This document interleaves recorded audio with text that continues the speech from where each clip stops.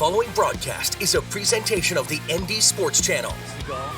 Richland has it.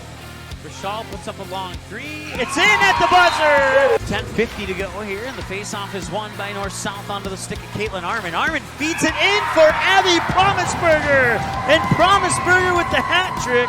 41-37, 4:25 to go here as the Kindred Vikings will work it down low. Another slam dunk and one. How about that? A slam dunk by Gavin Keller, and he got fouled on the two-handed throwdown. And he'll put it right on goal and right into the goal. Ethan Olsen on a free kick. Henningsgaard, he tries to cut through the lane. Outlet pass into the corner there for Heinitz. Back over to Henningsgaard, wide open for three. Got it and one. Wow. And put your outfielders in left and left center because that one's going to left field and that's gone. That is a two-run shot for Kenzie McKinnon. It's taken away there by Carson Abrahamson. She has a breakaway. One-on-one hard. She scores. 16 fouls. And the pass is intercepted by Overby. Overby has an opportunity to dunk it. He nailed it. The two-handed throwdown. And now it's game time. The cameras are ready. The headset is on. Without further delay, here's Mike Mason. All right, welcome. We're back here at Mickelson Park for day two of the Class A-B Clash Invite here at the home of the Fargo North Spartans on Mickelson Field 1. They're playing 4 games today at 2, 4, 6, and 8. We'll have all 4 of those games for you here on the ND Sports Channel. They also have 4 games over on field number 3 at 2, 4, 6, and 8. And if we get any final scores from those games over on field 3, we'll certainly pass those along to you. It's a magnificent day. At least it started out that way. Now the clouds are starting to roll in. There was a chance of rain in the forecast, and a few hours ago the rain had been eliminated from the forecast, and now it's back into the forecast. We can expect a 40% chance of showers starting at 2 o'clock with a 30% chance rolling into the 3 o'clock hour. Otherwise, mostly cloudy and 67 degrees here. And nothing showing up as severe, though, just rain droplets, so that won't hurt anything unless it becomes a really heavy rain. Then that might be something that we may need to be concerned about, but a light rain or a sprinkle shouldn't do too much here. Starting lineups and the national anthem are just around the corner. We'll take a timeout and bring you up to speed with those starting lineups. We'll return after this on the ND Sports Channel. Watch all the games on the ND Sports Channel on your home television screen. If your smart TV, Blu-ray, Xbox, PlayStation, 4K, or DVD player has access to the YouTube app, you can watch the ND Sports Channel on your big screen TV right at home, both live games and replays. Simply click on the YouTube app on your smart TV, and with the remote, move over to the search button, type in or highlight ND Sports Channel, and then select the live feed or browse the game library and watch a previous game on demand anytime you'd like. We invite you to subscribe to the YouTube channel, www.youtube.com/c/ND Sports Channel. You can also watch live games and replays of games on your mobile device using the YouTube app, which can be downloaded from your mobile device's app store if it's not already on your device. Thanks for watching the ND Sports Channel, ND Sports Online.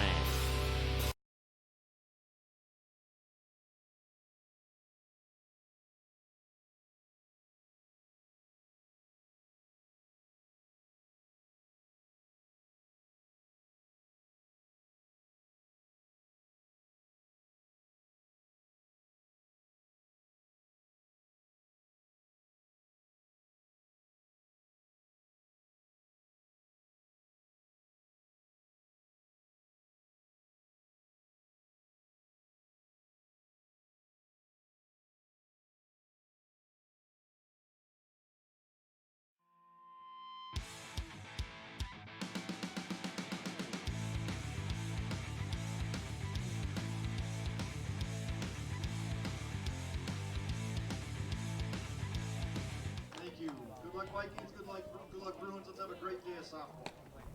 All right, welcome back, and National Anthem just got done here. Let's go ahead and go over the starting lineups. The home team today will be the Fargo South Bruins, and the visitors on the scoreboard will be the Kindred Richland Vikings. In the field, starting off here for the Fargo South Bruins, your starting pitcher will be the junior Christy Torgensen. Behind the plate will be the sophomore Paige Schrader. Let's see here. The Emma Vanyo is your first baseman, and then Sam Hoselton will be the sophomore second baseman. Addie Wagner will be the freshman shortstop, who got a home run yesterday in the game against Northern Cass. Congratulations to the freshman Wagner for that accomplishment there. And then Chloe Bry, the junior, at third. In the outfield, you got Mackenzie Schrader, the senior, in left field, and let's see here. Kylie Fike, I believe is how you say it. I forgot to ask. So if I missed that one, you can text us at 701-404-9072 with the phonetic spelling, and I'll make sure to get it right. And then out in right field, you have the senior April Hout. Let's see here. For the Kindred Richland Vikings, batting first will be the catcher, Maddie O'Lean. Batting second will be the freshman second baseman, Maddie Burchell. Batting third will be the designated hitter, Coralie Schultz-Walter. Batting fourth will be your starting pitcher, the sophomore Abby McDonald. Batting fifth will be the senior third baseman, Amanda Raisler. Batting sixth will be the freshman right fielder, Christina Fryer. Batting seventh will be the senior center fielder, Elizabeth Saywert. Batting eighth will be the senior shortstop, Bren Kopang. And batting ninth will be the senior left fielder, Lily Houle. Not batting and playing flex at first base is the freshman, Taryn Johnson. That rounds up your starting lineups here for the Kindred Richland Vikings. We'll take one more time out, come back with your first pitch after this on the ND Sports Channel. This isn't Madison Square Garden. These drills probably won't make anyone a #1 draft pick. But these players are practicing for something important. While they work on their jump shots, they're also learning teamwork, discipline, self-confidence, how to deal with wins and losses. Skills that will make them winners long after they leave the court.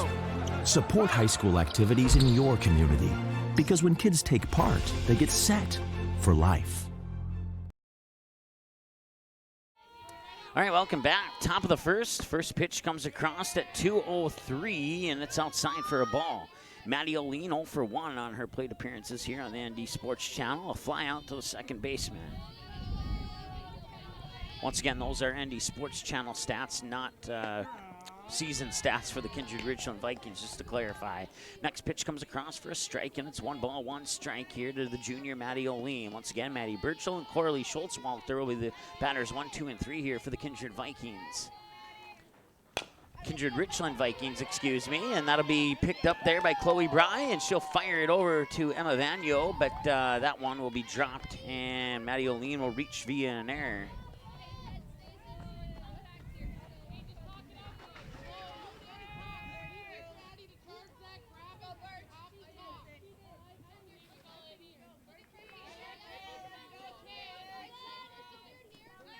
Next batter is Maddie Burchell, the freshman. No score here. Top of the first inning between the Bruins and the Kindred Richland Vikings. And now the throw up to second. And no, it won't be in time. Maddie O'Lean's in on the stolen base there as Addie Wagner slid over, but wasn't able to keep control of the ball in her mitt.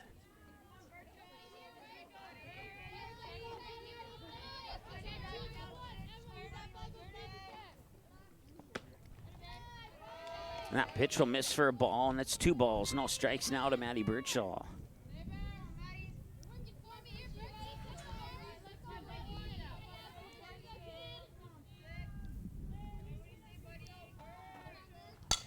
And that one's going to be popped up, and it should be a catch here for Torgensen, and it is. And she turns around to look at second, see Maddie O'Lean standing on the bank, so she will not have to make the throw. That's one away, and that'll bring up Coralie Schultz-Walter.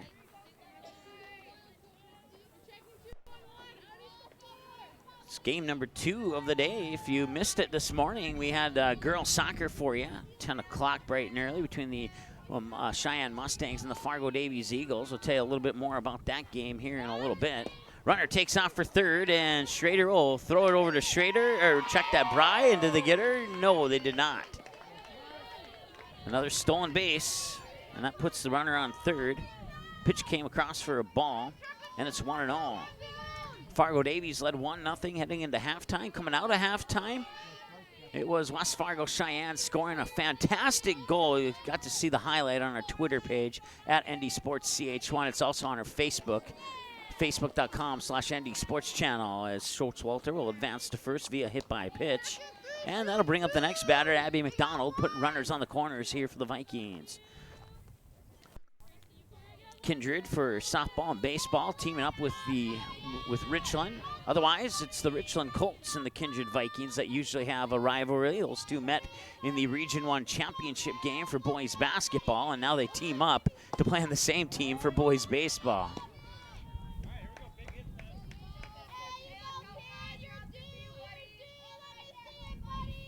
No balls and a strike to Abby McDonald, who's 0 for 2 on her plate appearances here on the ND Sports Channel. Here's the windup, and the pitch floats outside for a ball. 1-1.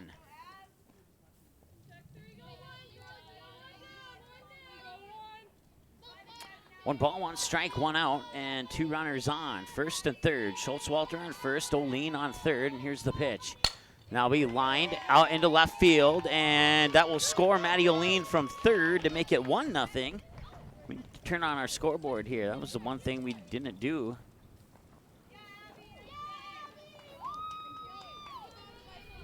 We got here, we weren't even sure if we were going to get this game on the air. As we got here and the press box was locked and nobody was here with the key, and we got in eventually. And got set up just in the nick of time here.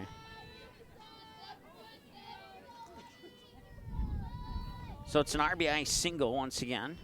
That scores Maddie O'Lean to make it 1-0, and that advances Schultz-Walter over to third. And now Abby McDonald gets on second via the steal, and that makes it no balls and one strike to the batter, Amanda Raisler, who's the senior here for the Kindred Richland Vikings. And on the mound is Christy Torgensen, 12 pitches, 6 balls, and 6 strikes. And that one's going to be popped up right over the press box and right to the roof of the press box. 0-2.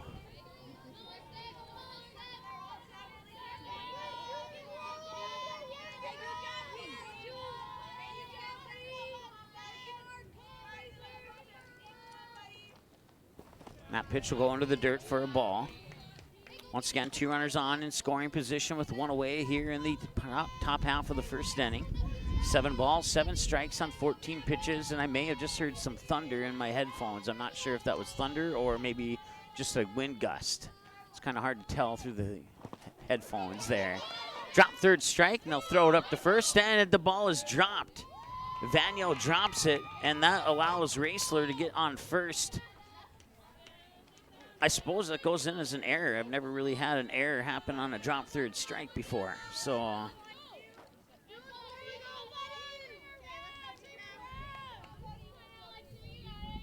I'll load the bases. Tina Fryer. And now pass ball will allow Schultz-Walter to score from third, and it's 2-0 in favor of Kindred Richland.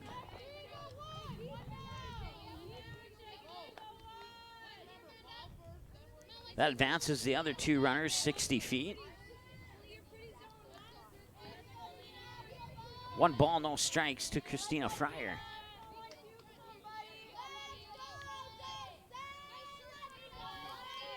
Torgensen still even, 8-8 on 16. Now want to float outside for ball 9. 6 minutes into the ball game, 2 balls and no strikes to Tina Fryer, the freshman for Kindred Richland. She scored a game-tying 3-pointer against Grant County in the state tournament right before Grant County hit a buzzer beater to defeat Kindred in a wild game at the finish. It was a couple years ago, and she was an 8th grader and made that basket there. Somewhere far in the history of our Twitter and Facebook feed, you can find that highlight. 3 balls and no strikes now for Tina Fryer.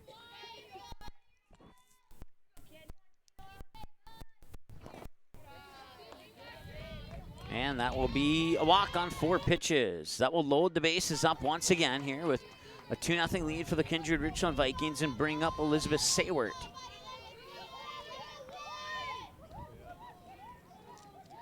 Saywert will face pitch number 20 from Torgensen. 11 balls, 8 strikes on 19 pitches so far for the Fargo South junior. And that pitch will come inside for another ball, and it's 1-0 to Saywert. And the last 5 pitches in a row from Torgensen have been balls. 7 minutes into the ball game, 20 pitches. Bren Kopang is on deck for the Vikings. Once again, the batters, Elizabeth Saywert. Bases are loaded. One away in the 1-0 pitch, and that will come across the inside edge for a strike, 1-1. Runners on are Tina Fryer on first, Amanda Raisler on second, and Abby McDonald on third. 1 ball, 1 strike, 1 out. Here's the 1-1. Inside edge, a little high. Had that been a little bit lower, that might have been a strike, but instead it's 2-1.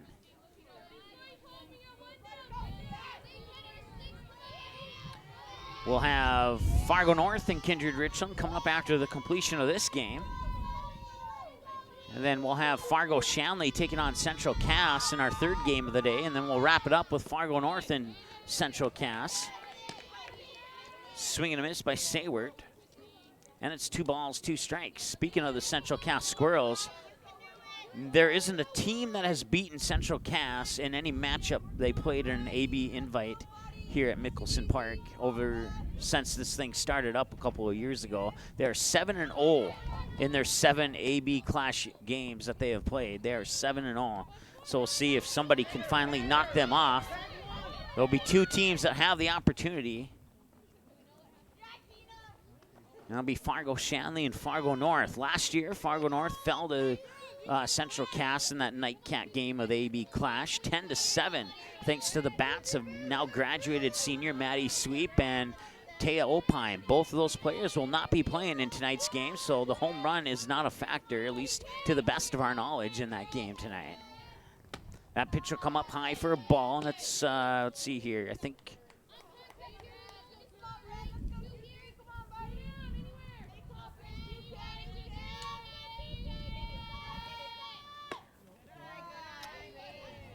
so the batter's Brent Kopang.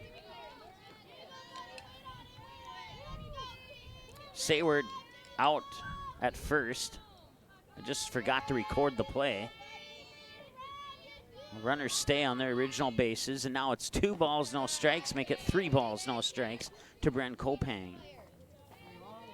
Kopang 1 for 1 with an infield single down the third base line on her plate appearances here on the ND Sports Channel. This is her first at bat here in this game. Batter number 8 in the lineup, Lily Houle, is on deck.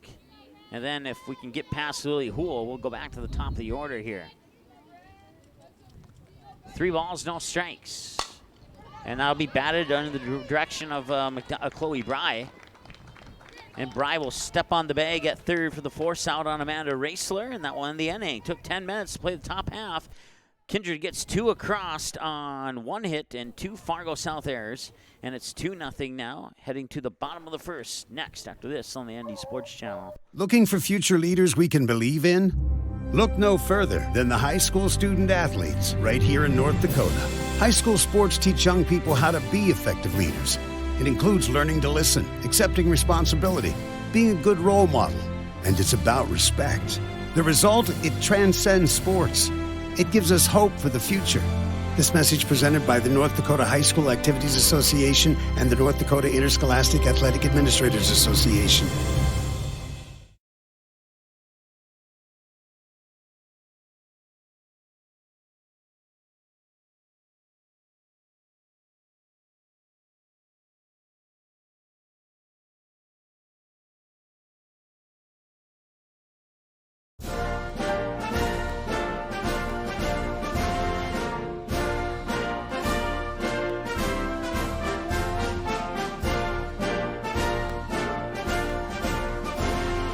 Just a reminder, kids who participate in high school activities tend to go a little farther than those who don't.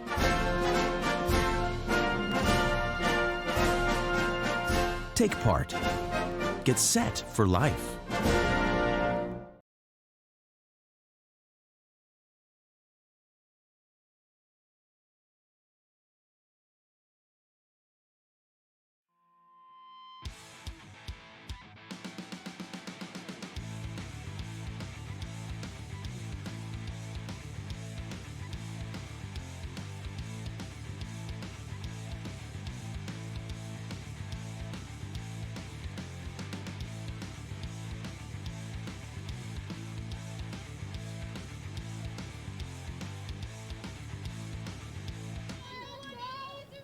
All right, welcome back To the bottom of the first we go. Fargo South with the first opportunity to bat, and they take a good crack at it and send it into right field. That was Sam Hazelton with the single. And one pitch, and the Fargo South Bruins already have a runner on base, and now we'll see the pitcher, Christy Torgensen. Kenzie Schrader and Addie Wagner. Batters 3 and 4. We'll see Schrader for sure. We might see Wagner this inning. Kindred got 2 in the top half of the first. They went through 8 of their 9 batters.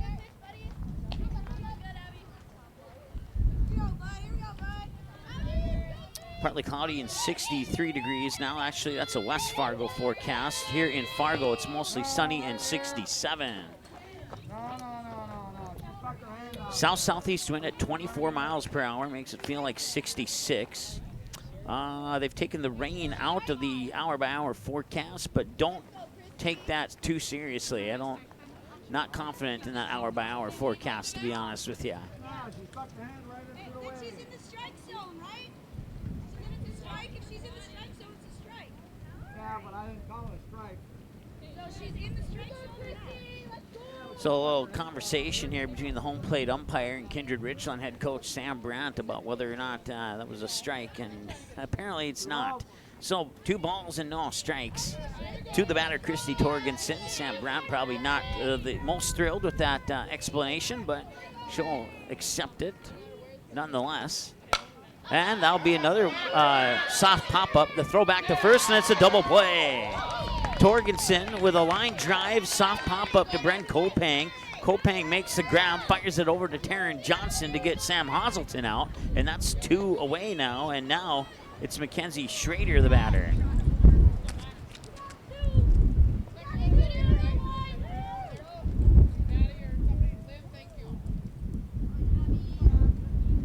So a 6-3 double play, and that pitch will come across as a strike. 0-1, 5 pitches, 3 strikes, 2 balls for Abby McDonald as the wind certainly picks up a little bit here. And that pitch will float to the outside, and I wouldn't be a bit surprised if the wind probably caught that pitch. Once again, a south-southeast wind at 24 miles per hour right now. That pitch right down the middle for a strike. 1-2 the count with 2 away.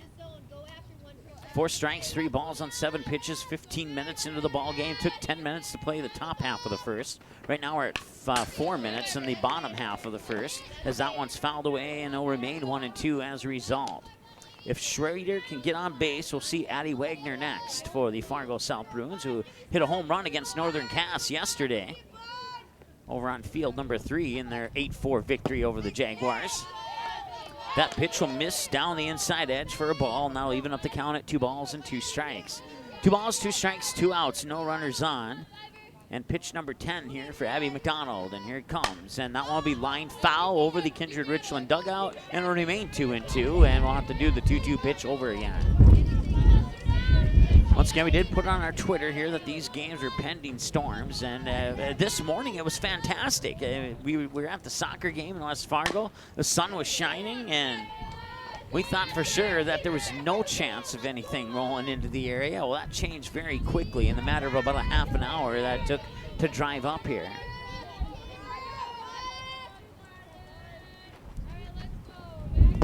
That pitch is a little bit low, and that will be ball 3. Once again, Addie Wagner's on deck here, pending the outcome of this next pitch to Mackenzie Schrader. And here's the windup and the payoff, and Schrader will foul it away, and payoff number 2 is on the way. Strike, ball, strike, fouled away, ball, fouled away, fouled away, ball, fouled away. 5, 6, 7, 8, 9. This is pitch number 10 coming up here between McDonald and Mackenzie Schrader. Payoff pitch number 2. That one's fouled away. Pitch number 11's on the horizon. 17 minutes into the ball game now. Still in the bottom of the first. Kindred Richland with a 2-0 lead. Pitch 15 from Abby McDonald coming up here. 9 strikes, 5 balls. Make it 9 strikes, 6 balls. And Mackenzie Schrader will walk to first on 11 pitches. It took 11 pitches for that batter to get out of the batter's box. And now we'll see the freshman, Addie Wagner, who hit the home run yesterday against Northern Cass. And we'll see if she can do it again and maybe tie this game up. Right now they trail by 2. Runner on first. And Wagner, the batter, swings and misses on a pitch that floated to the outside. Strike 1.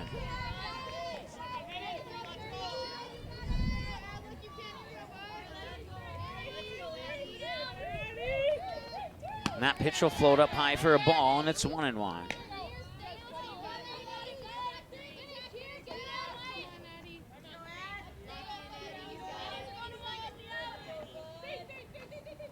And that one's going to be hit up high. It's going to left field. No, it's not going to go quite to left field. It looked like it was going to go deep, but it'll be caught by Amanda Raisler in foul territory, and that will end the inning. So Wagner will pop out, and now we'll see batters 9, 1, and 2 for the Kindred Richland Vikings. That's Lily Houle, Maddie Oline, and Maddie Birchall. They lead 2-0 as they head to the top of the second. Time of the game so far, 18 minutes. Back after this on the ND Sports Channel. Good sportsmanship. It will carry you further in life than sports. Growing up in North Dakota, I learned to respect my opponents, the coaches, and the officials. The values of fairness and teamwork carried me to the highest level of my sport and allowed me to live my dream of playing football in the NFL.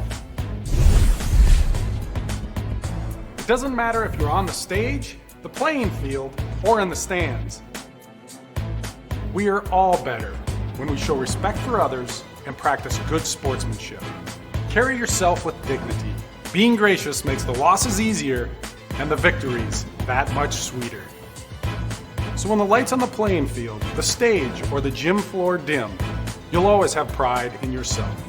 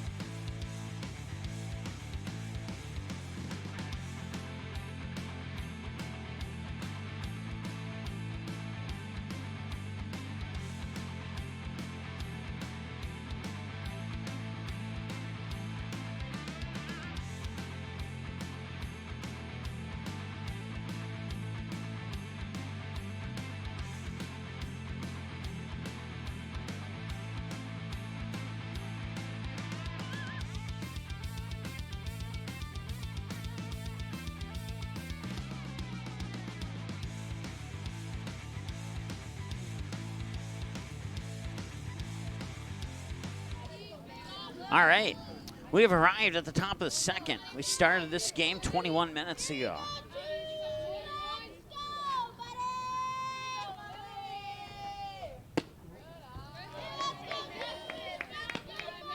I missed it. That pitch looks like it came across as a strike if I saw the hand signal from the ump right.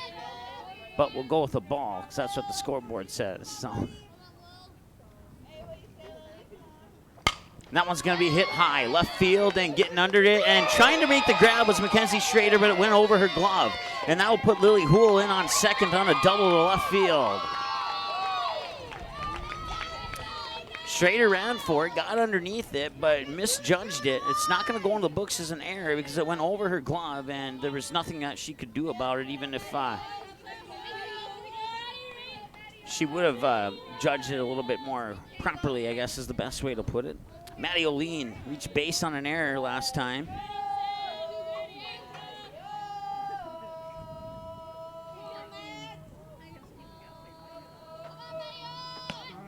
Now come across on the outside edge for a strike. 0-1 to Maddie Oline. Mostly sunny and 67. Or at least that's what the forecast says. I don't know if I agree with that. Looks like we do have a little bit of activity heading to Fargo, probably in the next 10-15 minutes, judging upon the radar map that I just looked at here.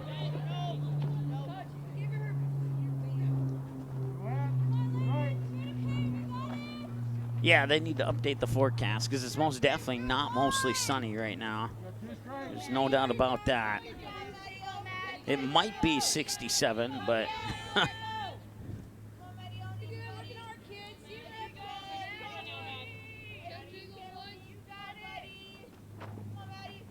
that pitch will come outside for a ball.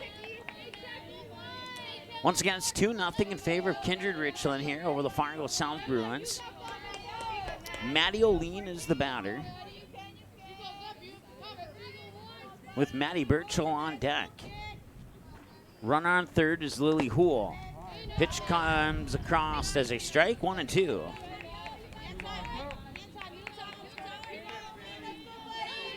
Two balls and two strikes, excuse me. 2 balls and 2 strikes.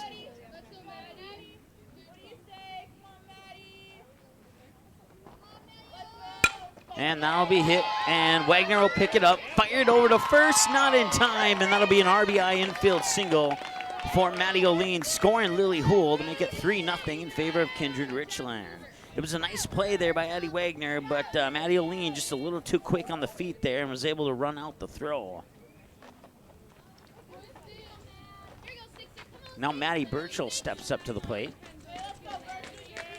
It's a 3-0 lead here for Kindred Richland now with nobody out in the top of the second. Torgensen winds up and delivers pitch 35 right now. Inside low for a ball, 1-0. Burchell 0 for 1 with a fly out to, that was a pop-up right back to Torgensen actually.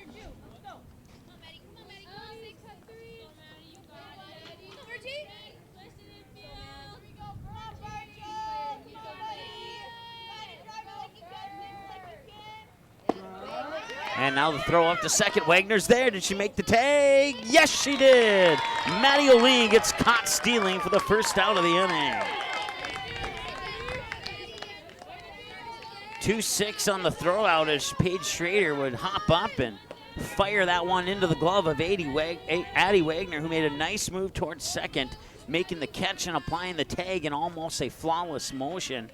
Outstanding play there by the freshman shortstop. That brings up Maddie Burchell. One away with 3-0 lead. Coralie Schultz-Walter is on deck. Swing and a miss, strike one for Maddie Burchell. And it's 1-2, excuse me.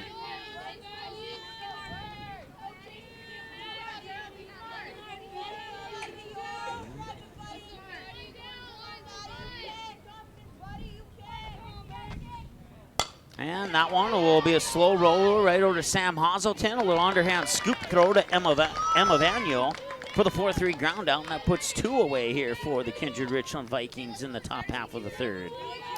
That'll bring up Coralie Schultz-Walter. She was hit by a pitch last time she was at the plate.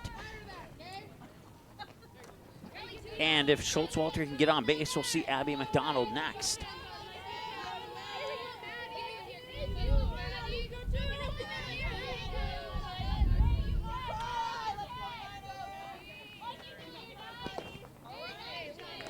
Swing and a miss. I have to say the crowd mic is awesome because it picks up the wind and the thunder in my headphones, but when I take the headphones off, I don't hear the thunder. So you can probably hear that if you're watching at home or wherever you may be watching at. Thanks so much for tuning in. Appreciate it. Pitch comes up a little bit high. It was a nice pitch, but just a little high, and a ball, 1-1. 2 away once again, no runners on. Schultz-Walter, the batter, hit by a pitch last time, makes her 0 for 0.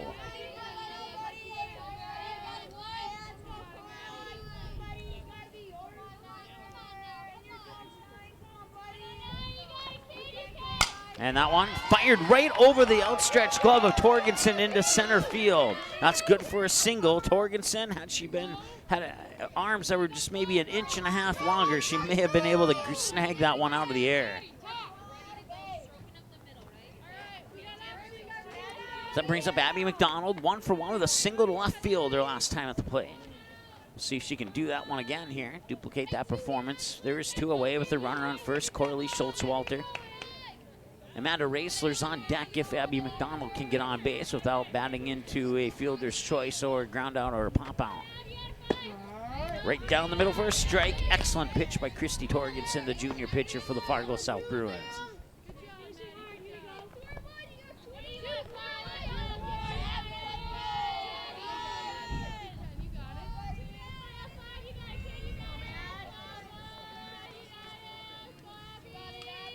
Oh, 0-1.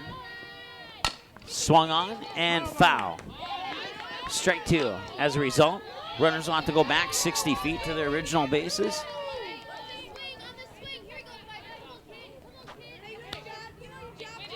And looking outside, it appears that it might be sprinkling. Not 100% sure on that, but it might be. I just got confirmation that it is indeed sprinkling. That may explain why some of the people are walking away. That one's going to be popped up. Addie Wagner makes the running grab right as the dirt meets the outfield for the third for the third out of the inning, and that will send us now to the bottom of the second. Through 1.5 innings of play, Kindred Richland 3 runs on 4 hits, 2 Fargo South errors, and 4 left on base. Fargo South up to bat with no runs on 1 hit, no Kindred Richland errors, and 1 left on base. Time of the game, 28 minutes so far. We'll see Chloe Bry, Emma Vanyo, and April Hout. Batters 5, 6, and 7 for Fargo South. We're going to return after this on the ND Sports Channel. Good sportsmanship. It will carry you further in life than sports. Growing up in North Dakota, I learned to respect my opponents, the coaches, and the officials. The values of fairness and teamwork carried me to the highest level of my sport and allowed me to live my dream of playing football in the NFL. It doesn't matter if you're on the stage, the playing field, or in the stands. We are all better when we show respect for others and practice good sportsmanship. Carry yourself with dignity. Being gracious makes the losses easier and the victories that much sweeter. So when the lights on the playing field, the stage, or the gym floor dim, you'll always have pride in yourself. All right, welcome back. Bottom of the second, it is sprinkling now.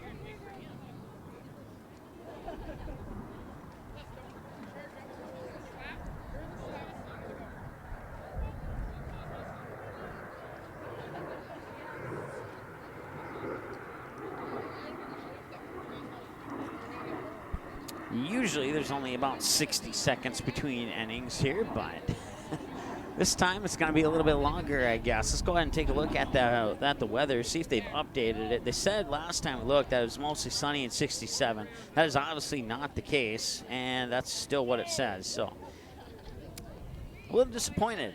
Usually this thing's pretty accurate, but right now it's not. At least to the best of my knowledge, it's not. I'm not a meteorologist, so I don't have a way of knowing exactly what temperature it is. I thought maybe of buying a thermometer and bringing it with me to each of the game broadcasts, and I'd never have to guess about that. But, you know, we'll move on. It's all good. Chloe Bry, Emma Vanyo, and April Hout. Junior and a senior, and Vanyo, I'm not sure. She wasn't on the original varsity roster when I got it. She talked to head coach Molly Jensen and said they moved her up from JV.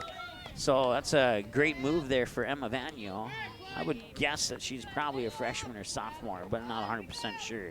She's up next. Right now it's Chloe Bry, and that will be fouled tip for a strike. And now the rain's coming down a little bit harder here.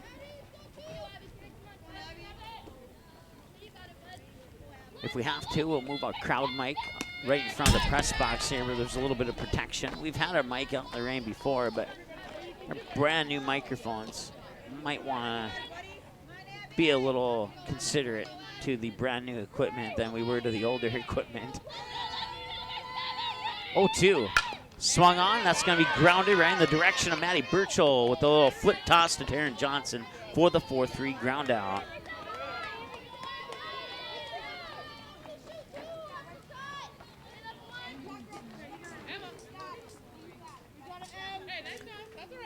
So that brings up Emma Vano.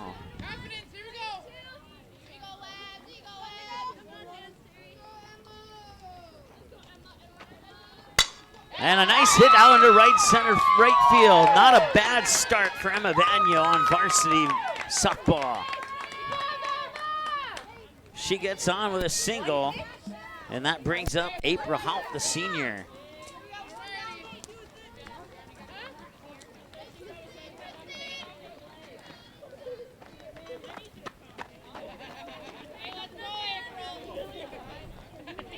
So I'm curious, it's still mostly sunny. It says that it is, so we're not going to look at that forecast anymore.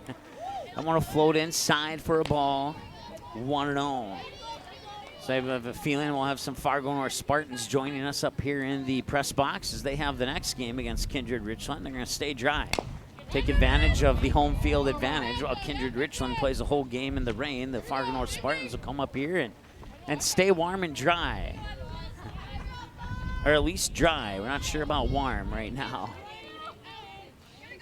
April Hout is the batter. 1 ball, no strike. Once again, your starting pitcher is Abby McDonald, and she'll wind up and deliver the 1-0. And that's batted out into left field. It'll be a single, advancing Emma Vano up to second. And that brings up Paige Schrader.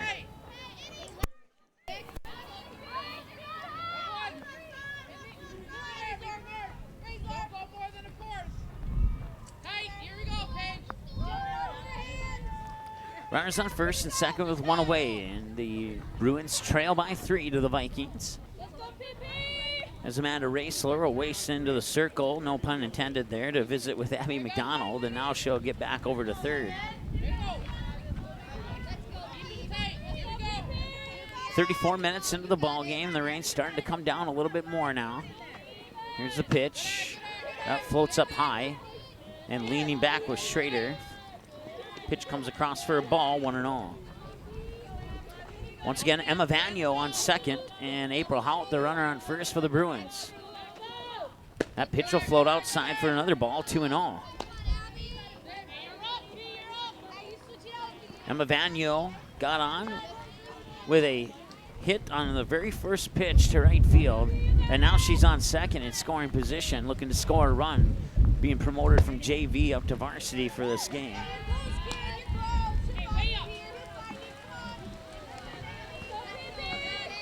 Three balls and no strikes now to Paige Schrader. And the windup in the delivery from McDonald, and right down the middle, but a little low. Is that ball 4? No, it was a strike. Okay. I thought it was a strike, but it was a delayed strike call by the home plate umpire there. 3 balls and 1 strike. Abby McDonald, the pitcher. We'll go around the bases here because we forgot to do that, and that's ball 4. That's, well, we think it's ball 4 anyway.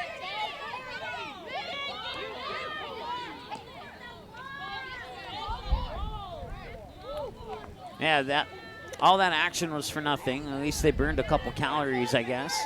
And it's a walk for Paige Schrader. They'll load the bases now, putting Emma Vano on third, April Hout on second, Paige Schrader on first, and bringing up Kylie Fike, a junior, for the Fargo South Bruins.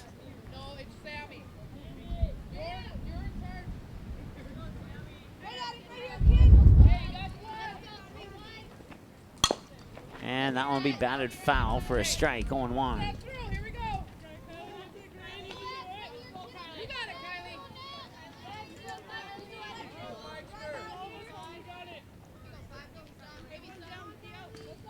Once again, bases loaded here for the Bruins. They trail 3-0, and the pitch comes into the dirt for a ball, 1-1. Around the bases for Kindred Richland, Taryn Johnson, the freshman at first. You have Maddie Burchell, the freshman at second. Bryn Kopang, the senior shortstop, and the senior third baseman, Amanda Raisler. Behind the plate is Maddie Oline, the junior. And here comes the pitch. Swing and a miss for a strike, and it's 1-2. Abby McDonald, your pitcher in the outfield. Lily Houle, the senior, in left. Tina Fryer in right, and Elizabeth Sayward, the senior, in center field. Once again, the batters, Kylie Fike with the bases loaded, and 1 out here in the bottom of the second as the pitch will float outside for a ball to even up the count at 2 balls and 2 strikes. Runners on for the Bruins. Paige Schrader on first, April Hout on second, and Mavagno on third. Here's the 2-2. Into the dirt, 3 balls, 2 strikes.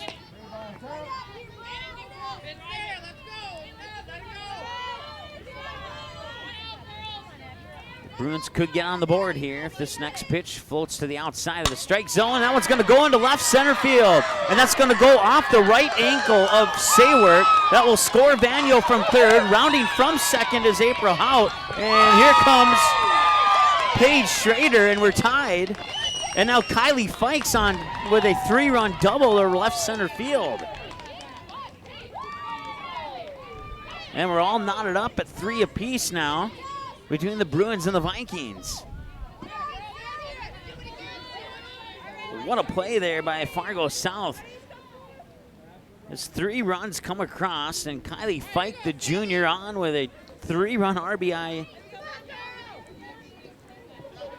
double to left center field. I had to stop and think there because 3-run and a double kind of didn't make sense. But it's exactly how it should have been worded. The batter now, Sam Hazelton, or Sammy as some of the Fargo South fans like to call her. 1 ball and a strike. 1 for 1 with a single to right fielder last time at the plate.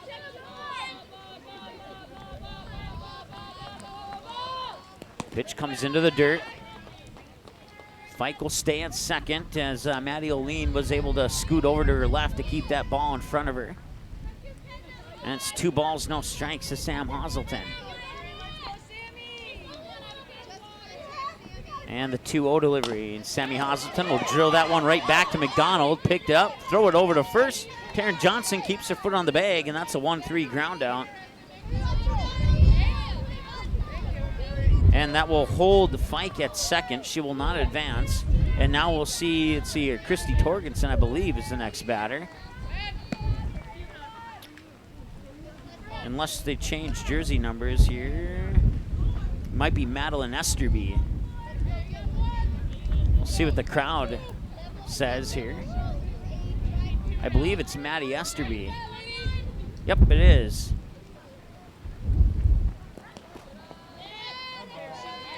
And she'll be hit by a pitch. And that puts runners on first and second for the Bruins. We're all knotted up at 3. Kindred got 2 in the top of the first, 1 in the top of the second. Fargo South has responded here in the bottom of the second under a heavy rain, scoring 3 runs on a 3-run RBI double by Kylie Fike, who's currently the runner on second for Fargo South. You got Maddie Esterby, and that's another dead ball, and that will load the bases as Schrader gets hit by a pitch in almost the same spot that Esterby did.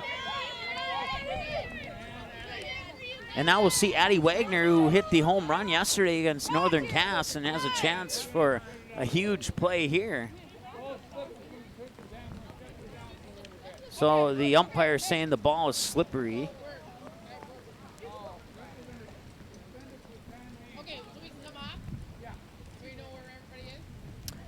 All right, so it looks like we're going to go into a rain delay here. We're in the bottom of the second with 2 outs, tied at 3. Bases are loaded. Mackenzie Schrader is on first. Madeline Esterby is on second. Kylie Fike is on third. And when we return, Addie Wagner will be the batter here. Unsure of how long the rain delay will be, but we'll be back when the rain goes away right here on the ND Sports Channel. Did you miss any or all of this live game broadcast? Not to worry. Over 90% of the games streamed on the ND Sports Channel are available on demand 24/7 under Game Rewind on our website, so you can watch the game anytime. You can also take advantage of the DVR feature and watch a delayed version of this live broadcast, and at any time return to live action simply by clicking the live button.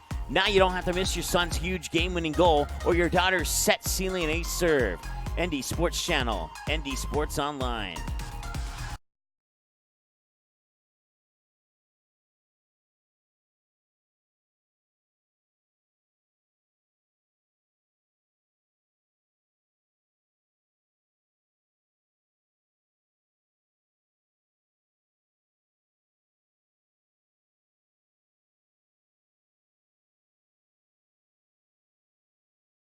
Looking for future leaders we can believe in?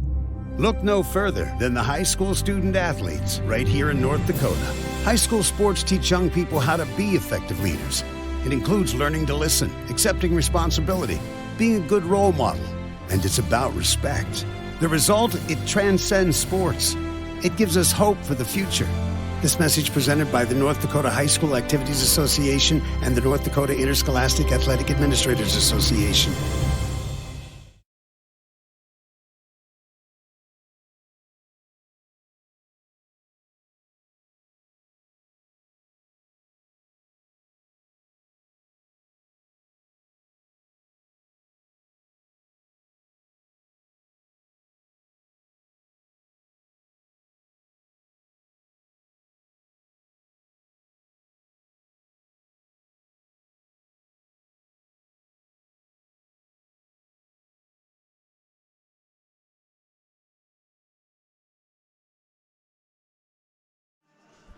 All right, welcome back here. Bottom of the second. We're currently in a rain delay here.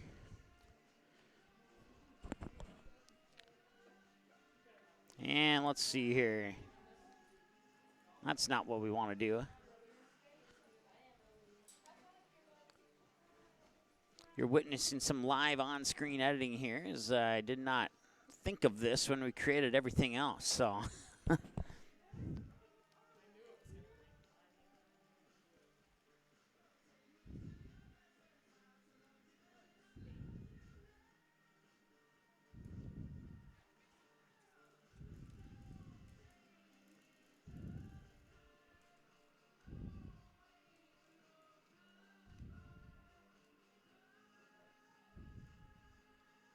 All right, there you go. So once again, we're in a rain delay here, tied at 3, bottom of the second, 2 outs. The bases are loaded, and Addie Wagner will be the batter when we return from the rain delay. We're expecting maybe a half an hour. I will go down and try and see if we can get an updated guess on the time estimate here. But right now we are in a rain delay, so we'll take another timeout, and we'll be right back here on the ND Sports Channel ASAP.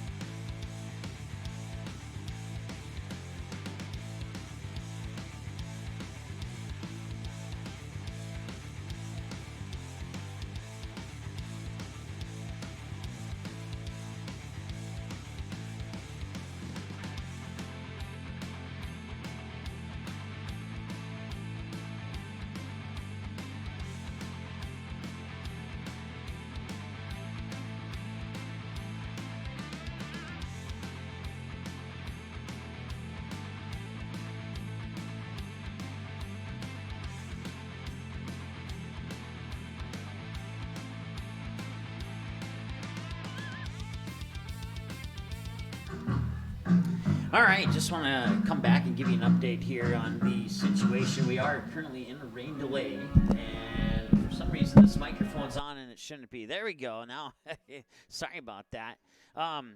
Once again, we are in a rain delay here in the bottom of the second inning, and it's tied at 3. The bases are loaded for Fargo South when we return, if return. The rain has turned into a drizzle now. They may want to check the field conditions before they continue play. If play does continue, Fargo South will start out with 2 outs, and Addie Wagner will be the batter with bases loaded. Mackenzie Schrader, the senior, on first. Madeline Esterby, the sophomore, on second. And Kylie Fike, the junior, on third. Those will be your runners on the bases for Fargo South.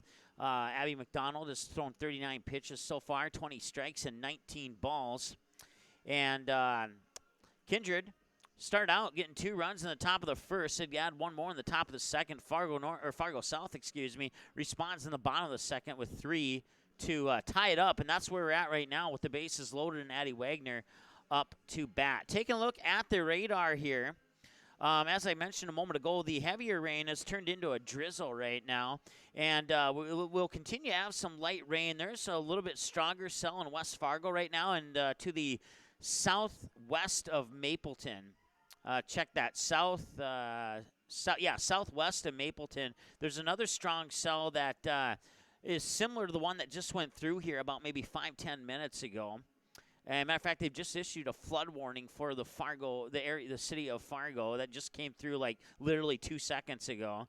We'll try and get you up warnings on that one here, or info on that here in a little bit. But right now there's a cell south of Mapleton, south of Castleton, and it's moving to the north and east. It appears that if it continues on the path that it's on right now, it'll go to the north of Fargo, which in theory we are in North Fargo, so it may clip the edge of the ball field here, but it may go a few miles north too. Like we're talking, it may be on a direct course with like Northwood and Harwood, right in that general area. So if that's the case, it'll miss Fargo easily.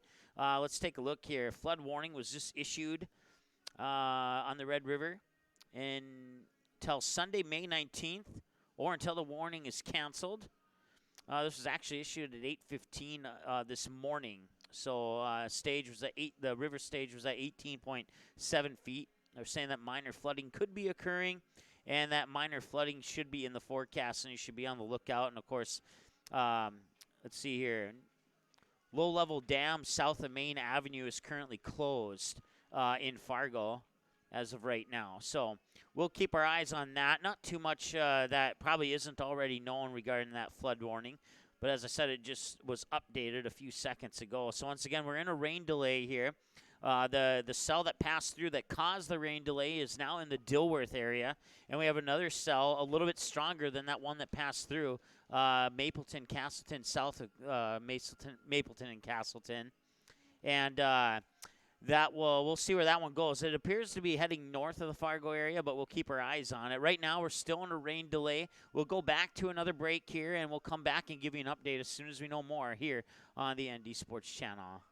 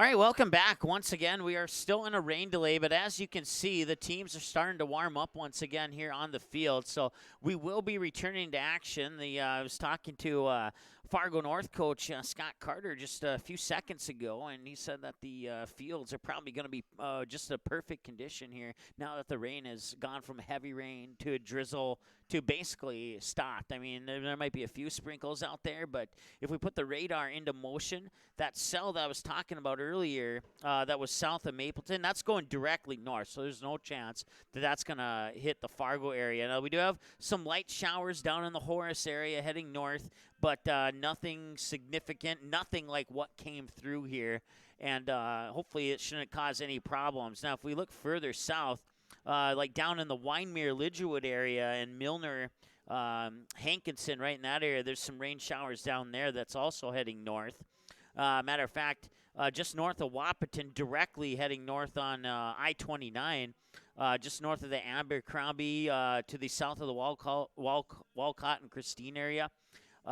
Moving directly north, there's a somewhat strong shower system there, but once again, nothing significant, no thunderstorms, at least at this time, are popping up on the radar, and we should be good to play the rest of this game, and I would suspect that we'll be good. We'll get all these games in, but we'll see. You never know. The weather can change. As we were talking earlier in our broadcast, we were doing the soccer game this morning in West Fargo. Sun was shining. It was nearly 70 degrees. We wanted to stay there all day and do soccer. You couldn't ask for better weather conditions for that soccer game we had this morning. And then we come up here to North Fargo and just things change in a snap of the fingers. And anybody who lives in North Dakota knows that's exactly how the weather can be here in this area of the country. So once again, we are in a rain delay. And to get you up to speed here, bottom of the second, 2 away. Addie Wagner, the freshman batter, will be up to bat with no balls, no strikes. No pitch was thrown to her yet. The bases are loaded. Your runners on for the Fargo South Bruins will be Mackenzie Schrader on first, Madeline Esterby on second, and Kylie Fike on third. There's 2 away, and Abby McDonald will be pitching here when we return. At least we presume that Abby McDonald will be pitching as the teams are starting to warm up again. And it's almost like a brand new pregame show, folks, but we have a couple innings underneath our belt. So we'll take one more break here, and the next time we come back, I would presume that we'll be ready for action. So hang with us. Thanks so much for staying with us, and we'll have the game coming up here in just a few moments on the ND Sports Channel.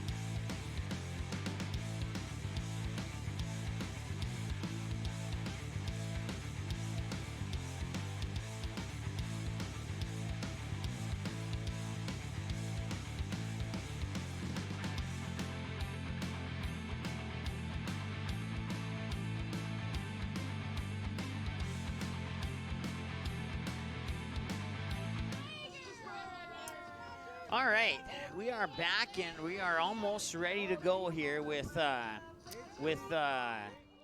remainder of the bottom of the second. Once again, bases are loaded here for the Fargo South Bruins. Rain delay, I didn't keep track of the exact time, but it was approximately one hour, or half an hour, I meant to say.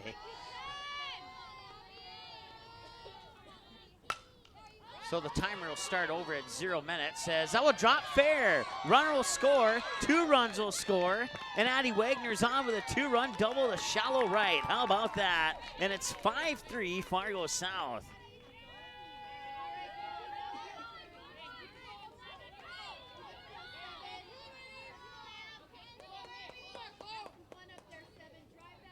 That advances Mackenzie Schrader over to third base. And that'll be another hit. And a nice diving stop there by Maddie Birchall, but unable to do anything about it. Play it home, she's safe. Addie Wagner scores from second. And it's now 7-3 in favor of Fargo South.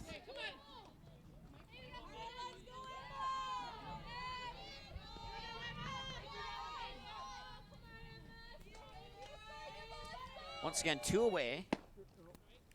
And the Spartans, out of the rain delay, have scored 4 runs now on 2 at-bats.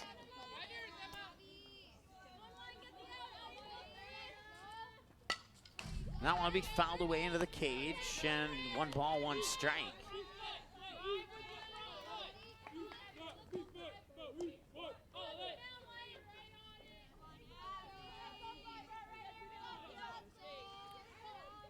Emma Vagno is the batter, by the way. Now come across as a strike, and it's 1 ball, 2 strikes now. 7-3 in favor of Fargo South, and the break was not pressed during that rain delay for the Bruins. They came out and attacked right away. 2 hits and 4 runs off those 2 hits. And here's a grounder right back to McDonald. McDonald will fire it over to Taryn Johnson, and that will finally end the inning that lasted for who knows how many minutes. And 1-3 to end that one. And now we'll head to the top of the third with Amanda Raisler, Christina Fryer, and Elizabeth Sayward. Batters 5, 6, and 7 for the Kindred Richland Vikings right after this on the ND Sports Channel. Looking for future leaders we can believe in? Look no further than the high school student athletes right here in North Dakota. High school sports teach young people how to be effective leaders.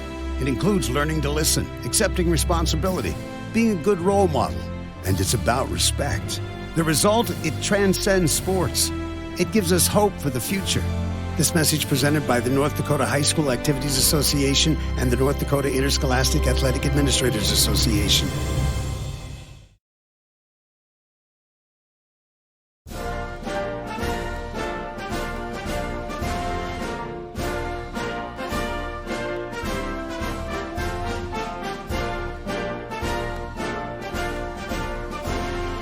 Just a reminder, kids who participate in high school activities tend to go a little farther than those who don't.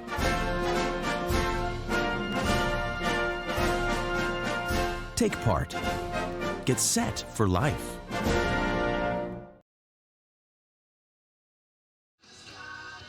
All right, welcome back. Top of the third inning now. It's Kindred Richland finding themselves down to the Fargo South Bruins by the score of 7-3. Fargo South getting all 7 of those runs in the bottom half of the second. They got the first 3 before the rain delay and the next 4 after the rain delay. They got 3 runs on 2 outs before the rain delay and 4 runs on 1 out after the rain delay. And Fargo South will be happy to take that score into the top of the third here, because if anybody knows anything about the Kindred Richland Vikings, is this 7-3 score is definitely not a safe score for Fargo South to just kind of relax on. They need to keep the pressure on with the 4-run lead. Otherwise, this game could escape the Bruins just as easily as they caught the lead. We'll see how it turns out here. First batter is Amanda Raisler, and pitch 45 from Torgensen coming up, and it floats outside for a ball. Raisler's 0 for 1, reached base on an error last time at the plate, which seemed like an eternity ago. 4 minutes into the game since the rain delay.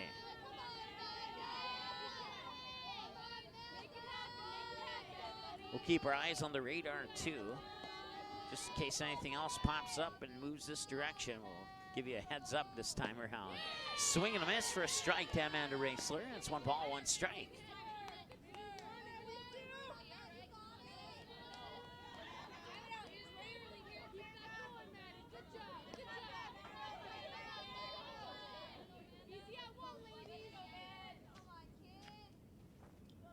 And that'll reach and fly it out to left field, where Mackenzie Schrader will make the catch. And that's 1 away. There was a line drive out to left field too, or maybe a low pop-up, however you want to put it. But either way, it was caught by Schrader. And that brings up Tina Fryer, who was walked her last time. 0 for 0 is her official at-bat count. 1 away, 5 minutes into the game since the rain delay. That's going to throw me for a loop here. I wish they would have just kept timing it from the beginning. Ouch, that one appeared to pop up off the dirt into Hazelton's face mask. We will not put that into the books as an error. That will be an infield single for Fryer.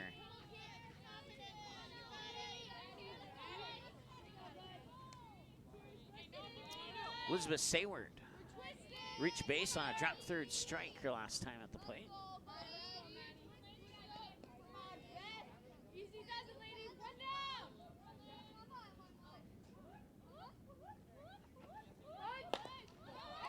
That one's bunted down the third base line. Bry will fire it over to Vanyo, and now Vanyo throws it back over to third, but there's nobody there. And that's going to allow Fryer to come home and score, and the Vikings get one of those 7 runs back, and it's 7-4. So it's a ground out. It will not be a ground out RBI because the run scored on the air. A 5-3 ground out. Advancing Fryer to third, and then Fryer comes home on the throwing error by the first baseman, Emma Vanyo. And it's 7-4 as a result here in the top of the third with 2 away. Here's the pitch inside, nearly hit Brendan Kopang, the batter. Umpire asking Paige Schrader if the ball was dry. Paige Schrader gave the umpire a yes.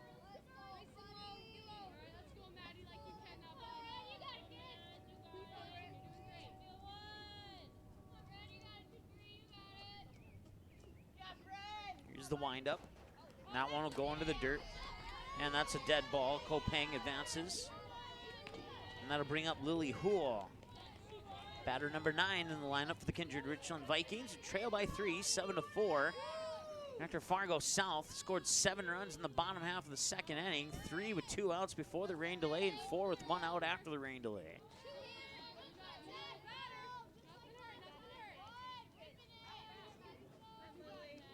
That hit by a pitch was officially pitch number 50 for Torgensen. 28 strikes and 22 balls on 50 pitches. And now Lily Houle, 1 for 1 with a double to deep left field. We'll see that pitch float over the outside corner for a strike. 0-1.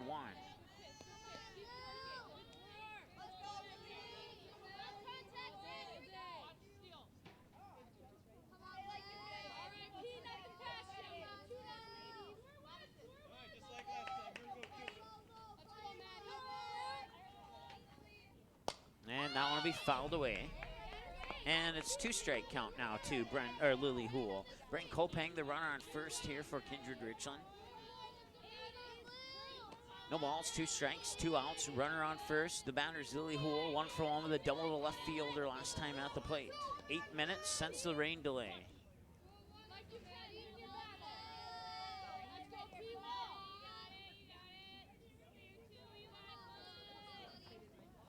And the 0-2 swung on and fired foul over the Viking dugout, and will remain 0-2. Big pitch here for Torgensen. It'd be great for Fargo South fans if they can get out of this inning here. with a 7-4 score.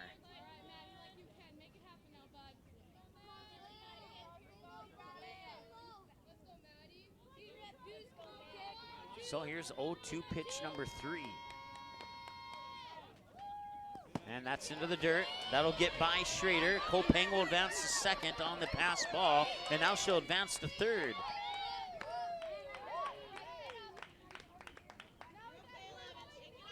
It's going to go into the books as an error, as Schrader was supposed to pick the ball up and didn't. I don't know, maybe that could be credited to a wet ball, as the umpire keeps checking the balls to make sure that they're dry.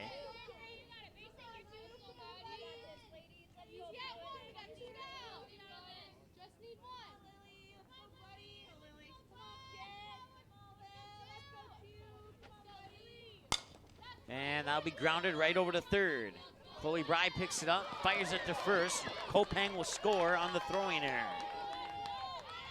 7-5, and as I mentioned earlier, that 7-3 lead was not safe, and now the Vikings are within 2.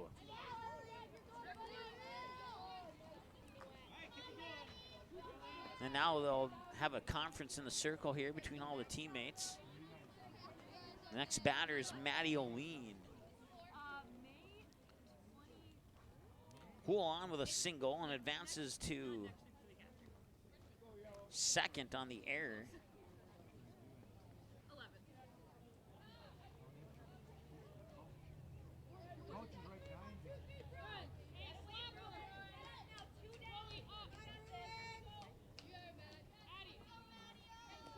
Kindred Richland, 5 runs on 6 hits and 6 Fargo South errors, according to my numbers. They've left 4 on base. Maddie Oline, runner on second is Lily Hool, the senior. Oline's a junior, 1 for 2. Reached base on an error and a single in this matchup so far.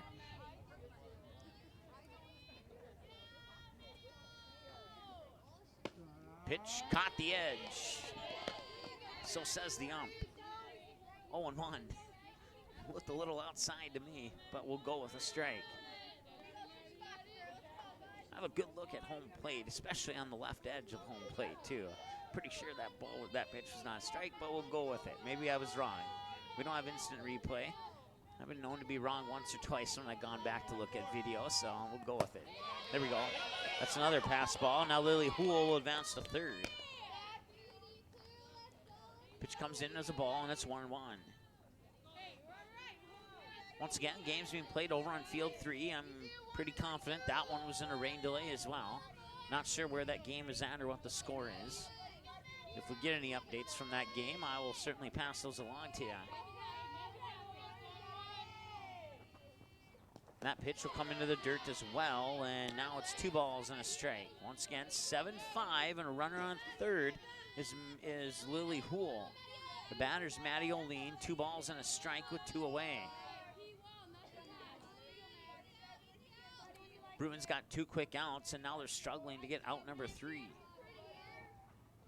And that'll be batted right towards Addie Wagner. Addie Wagner will fire it up, but not in time. I think she got there.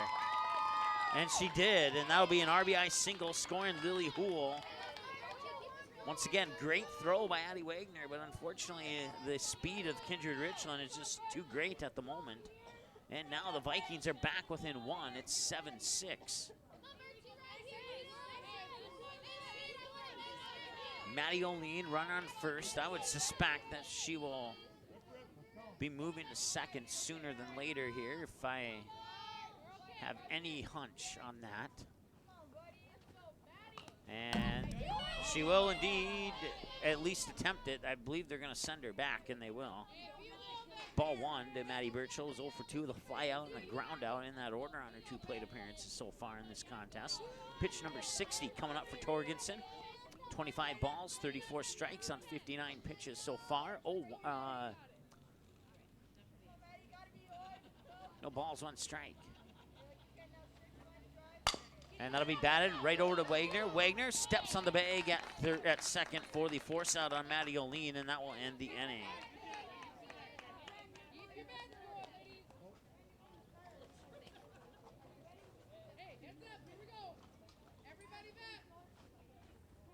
All right, So the Kindred Richland Vikings are back within one. We'll see how Fargo South responds with the bottom of the order. Batters 7, 8, and 9 when we return after this on the ND Sports Channel.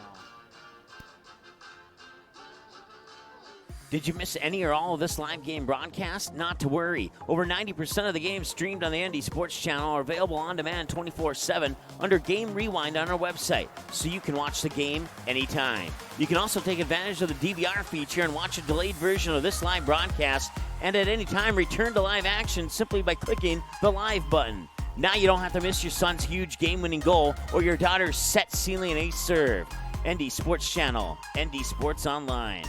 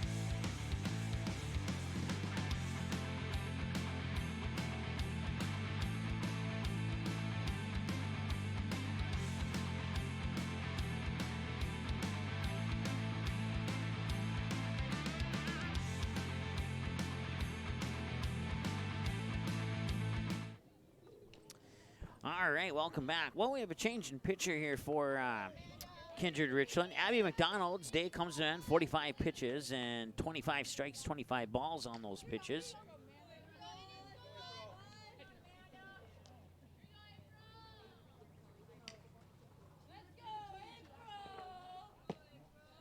That means we have a new third baseman. I'm trying to figure out who that is right now as the pitch comes across for ball one to April Hout, the senior, who's a 1-for-1 with a single to left field. And she'll reach for that one, and it will come across as a strike for strike one.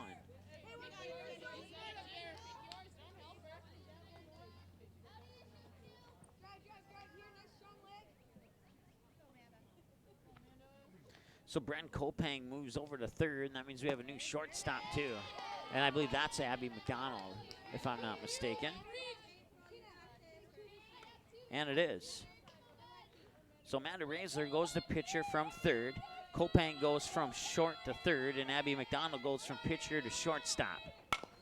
And that will be batted right back to Amanda Raisler on a 1-1 count for a 1-3 ground out.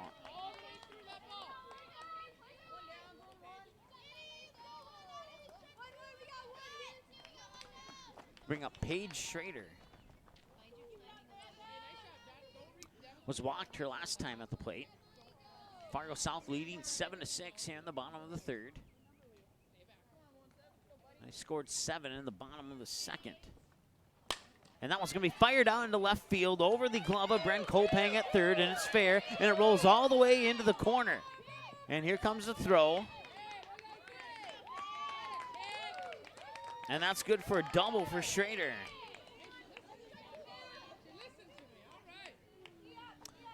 Kylie Fike, 1-for-1 with a 3-run RBI double the last time she was at the plate. Right now there's only one runner on, so the best she could do is a 1-run RBI triple, I guess you could say, or a 2-run homer. That'd be even better.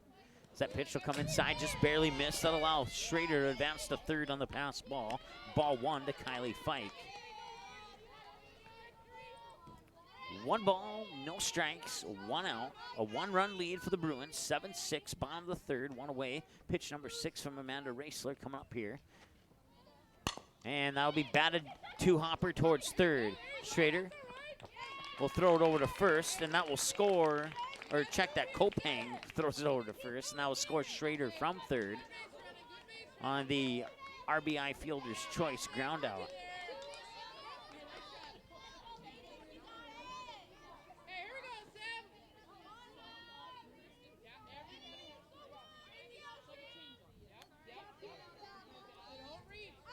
So that pushes the Bruin lead back up to 2, 8-6. Now it's Sammy Hazelton. Hazelton will swing and fire it towards Burchell. Burchell on the 4-3 to Taryn Johnson for the out. That brings up Coralie Schultzwalter. And Abby McDonald and Amanda Raisler. Batters 3, 4, and 5 for Kindred Richland. When we return in the top of the 4th, it's coming up next here on the ND Sports Channel. Paper tickets. Rookie mistake. Game Time is the fastest way to buy tickets to live events with your friends. You can buy the perfect seats in seconds, and tickets are delivered directly to your phone, so you always have them with you. Download Game Time free on the App Store, and you'll instantly see a curated list of the best upcoming events in your area. Game Time sorts through thousands of available seats on the market and presents you with only the 50 best values. One of the best things about Game Time is you can get tickets at last-minute prices even after the game starts. Download Game Time free on the App Store today. Did you miss any or all of this live game broadcast? Not to worry. Over 90% of the games streamed on the ND Sports Channel are available on demand 24/7 under Game Rewind on our website, so you can watch the game anytime. You can also take advantage of the DVR feature and watch a delayed version of this live broadcast, and at any time return to live action simply by clicking the live button. Now you don't have to miss your son's huge game-winning goal or your daughter's set ceiling and ace serve. ND Sports Channel, ND Sports Online.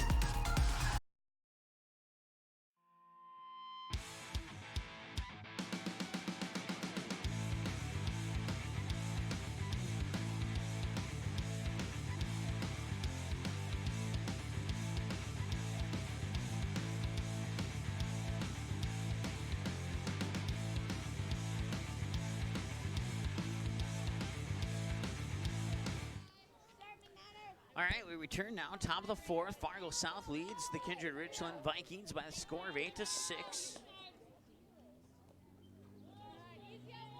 A majority of the Kindred Richland runs scored off Fargo South errors. Kindred Richland, 6 runs on 7 hits and 6 Fargo South errors and 5 left on base. While Fargo South has 8 runs on 7 hits, no Kindred Richland errors and 2 left on base. We've played 21 minutes since the return from the rain delay. It's Coralie Schultzwalter, the batter, and she'll back that one right towards Addie Wagner. Wagner will throw it over to first, but not in time, as she struggled to pick it up, and that'll be error number 7, as Schultzwalter will advance to first on the air. That'll bring up Abby McDonald, 1 for 2, a single and a fly out. Single to left and a fly out to the third baseman, Chloe Breyer, last time at the plate. We'll see Amanda Raisler on deck. Run on first is Schultzwalter once again. And Torgensen will wind up and deliver pitch number 62 right about now. And now we swung on. One hopper into the glove of Chloe Bry. Fires it over to Emma Vanyo for the 5-3 ground out, advancing Schultzwalter up to second.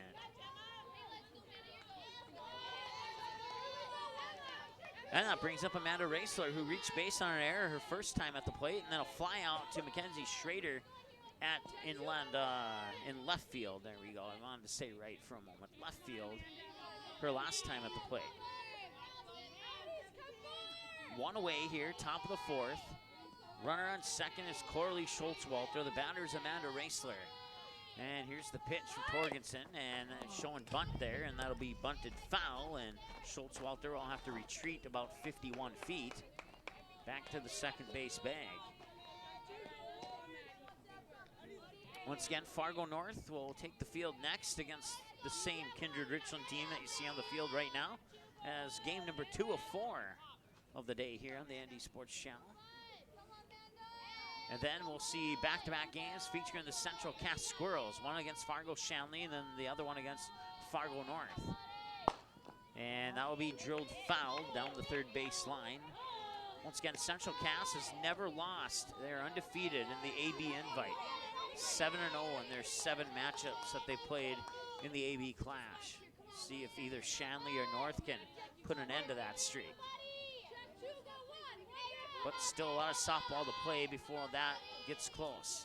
0-2 the count here to Amanda Raisler. She's fouled away both of the pitches so far. As Torgensen will wait patiently, get the call, and deliver the 0-2. That'll be grounded. Chloe Bry will pick it up, fired over to first. Vanier made the catch, and that's 2 away. But Schultz-Walter does advance to third on the ground out. Nice job by Chloe Bry to run up and grab that one instead of waiting for it to come to her. And that, as a result of that decision, there's now 2 outs. Tina Fryer.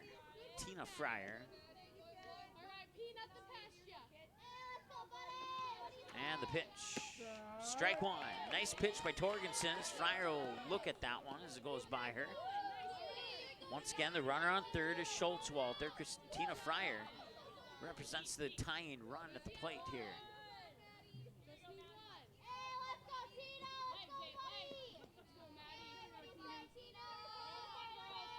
And the windup in the 0-1. Nice pitch, floats low to the outside, but above the knees of Fryer for the second strike, 0-2.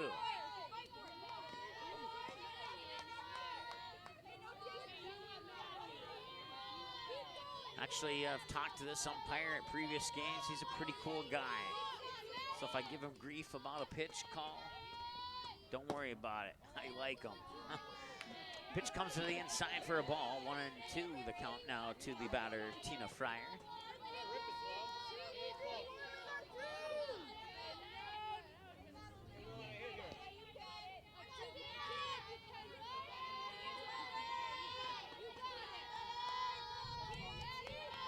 And the windup in the 1-2 delivery from Torgensen. High outside, ball 2, and it's a 2-2 count as a result.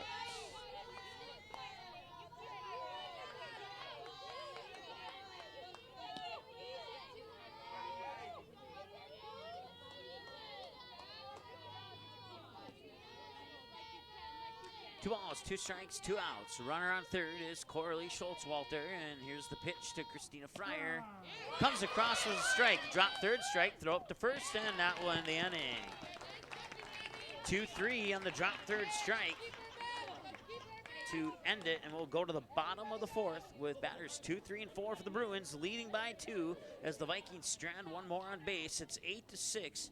And batting next is Maddie Esterby, Mackenzie Schrader, and Addie Wagner are the scheduled batters. We'll see if that is pending changes when we come back after this on the ND Sports Channel. Okay, here are 3 important reasons why your son or daughter should play a sport in high school. Number 1. High school sports teach valuable life lessons like self-discipline and time management skills. 2. Teens who play a high school sport have better grade point averages. And number 3. High school sports are safer than ever before. This message presented by the North Dakota High School Activities Association and the North Dakota Interscholastic Athletic Administrators.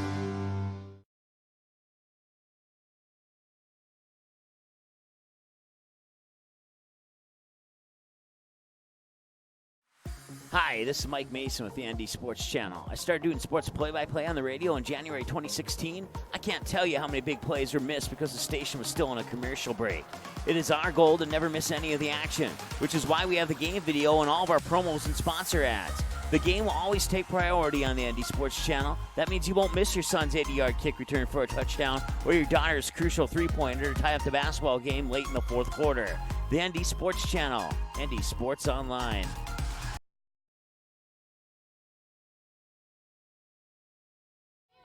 All right, welcome back. Bottom half of the 4th. And that one be lined foul down the third base line for strike 1. Let's double check the jersey number here. Yep, it is Maddie Esterby.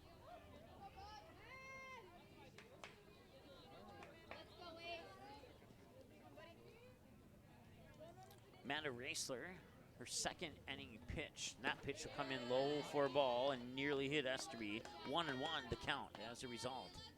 On deck is Mackenzie Schrader, and right behind Schrader we'll see Addie Wagner. 1 ball, 1 strike to Maddie Esterby. And here's the pitch, up high outside for ball 2.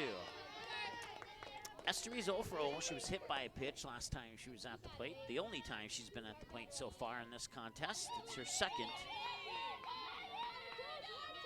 plate appearance of the contest. And a swing and a miss. That was a good pitch to swing at. She just didn't quite make contact on it. Now it's 2 balls and 2 strikes as a result.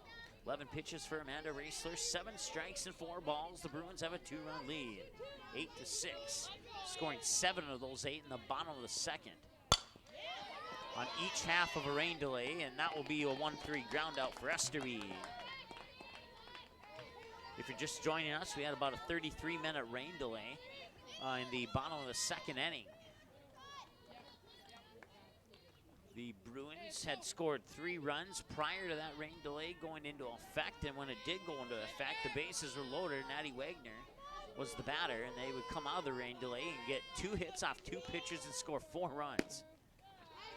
It was a pretty impressive restart to the game, I guess you could call it. I believe that came across for a strike, but I'm not 100% sure on that. And we got at least 1 strike now. See if we get a hand signal from the umpire here to get the official count. And we will not. So we'll presume that it's 0-2 until we find out otherwise. That one will go into the dirt. Now it's 1-2 at least.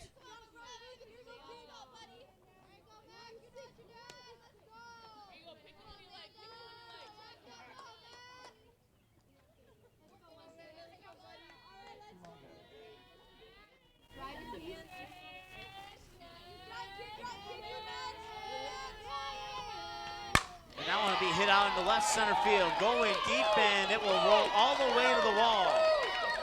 Here comes the throw to second, and it's going to be close, and she's in safely, but just barely.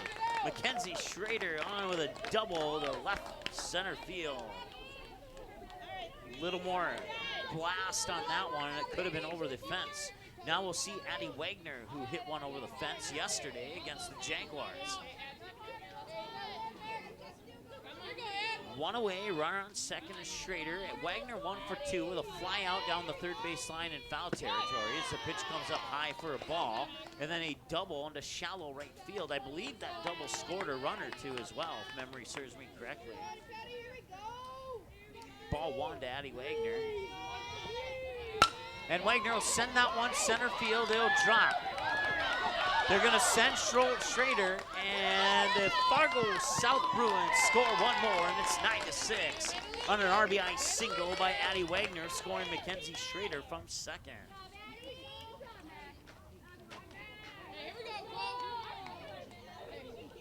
Now bring up Chloe Bry, who's 1 for 2 with a fly out to the second baseman, Maddie Burchell, and then an infield single that was stopped from going into the outfield by Maddie Burchell. And that one's going to be sent up and foul and out of play.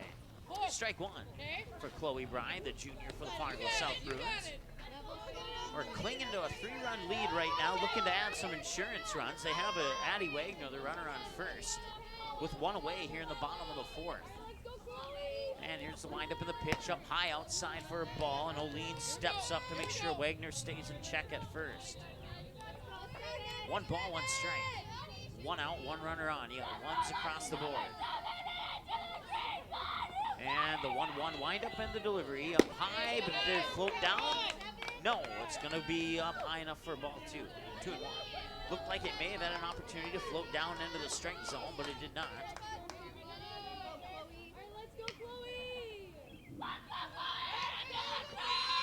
And that will be a foul ball.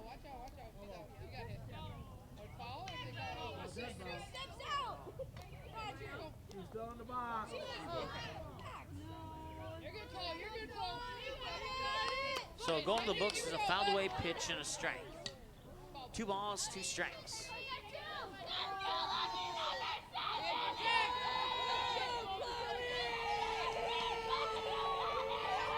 And the windup in the 2-2. Swung on and into right field. Past the diving Maddie Burchell. Advancing Wagner up to second. It's a single for Chloe Bry.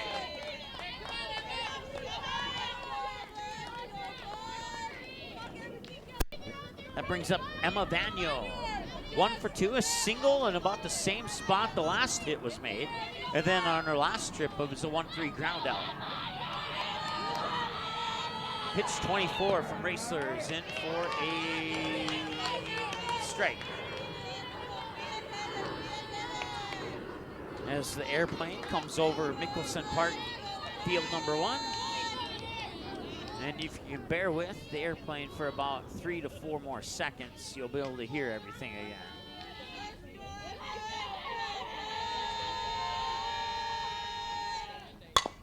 The 0-1 batted right back. Now the turn and throw to third. Now the throw back to first. Safe at first, out at third.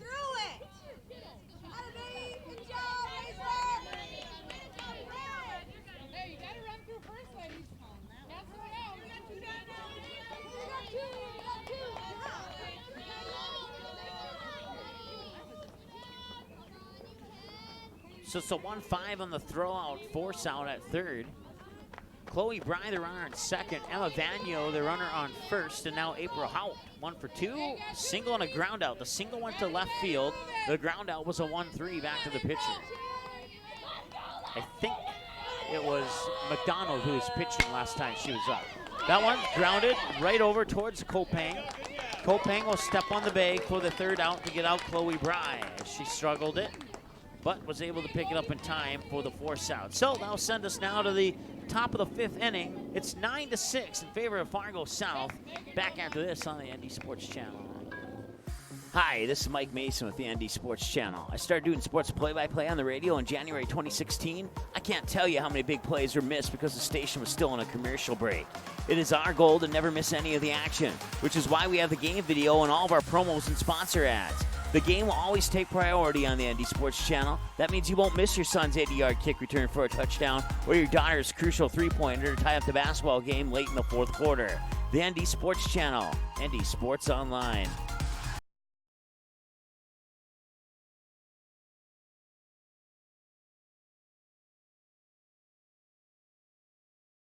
What do basketball, choir, drama club, and marching band all have in common? They're all high school activities that offer learning opportunities not necessarily found in the classroom.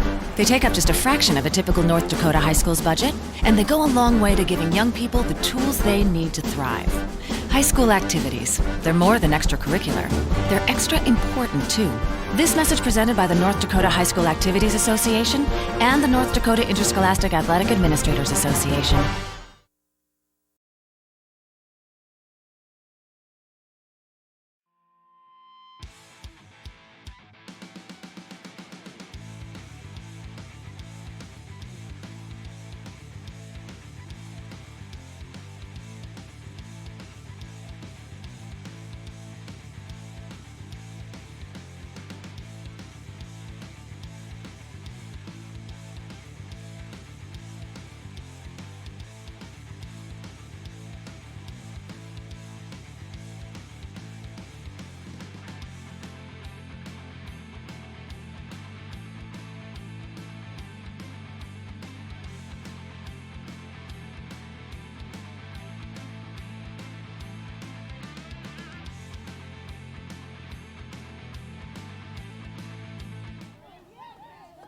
All right, welcome back. Top of the 5th, Fargo South leads 9-6.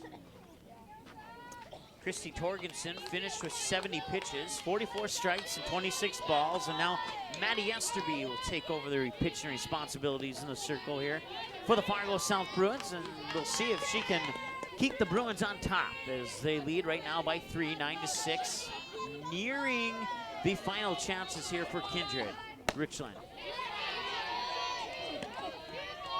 7 of those 9 runs for Fargo South coming in the bottom of the 2nd. Split up to 3 before and 4 after the rain delay, which lasted approximately 33 minutes. 1 ball, no strike here to Sayward. Elizabeth Sayward is 0 for 2, drop third strike and a ground out. And that pitch comes across for ball 2. So 2 pitches for 2 balls for Maddie Esterby so far. That's normal for a new pitcher. They usually heat up after that first batter. That's what I've noticed covering this game for a while now. And that pitch will float up high to the outside for ball 3. It's not unusual for the first batter to be walked by a new pitcher either. 3-0. See if we can get a strike into the count here for Esterby. And you can. You can send your checks to P.O. Box 564 in West Fargo. Fargo South fans. 3-1. He gave you a free strike. And we'll see if we can get strike number 2. And yes, it got the corner. And you can double those donations now, friends.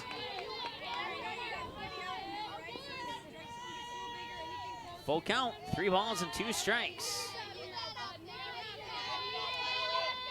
Esterby would be huge to get Sayward out here and get 1 out with nobody on. Here it comes, swung on. That's a 2-hopper. That's batted down by the glove of Sammy Hazelton, but she cannot get it over to first in time. And that will be...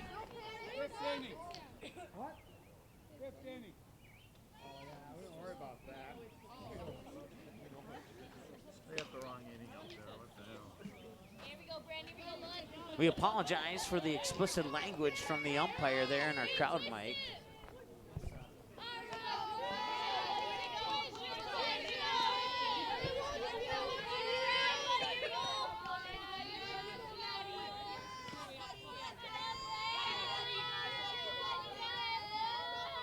The mic was put there so we could hear him call ball or strike. It was not intended to hear him say what he said.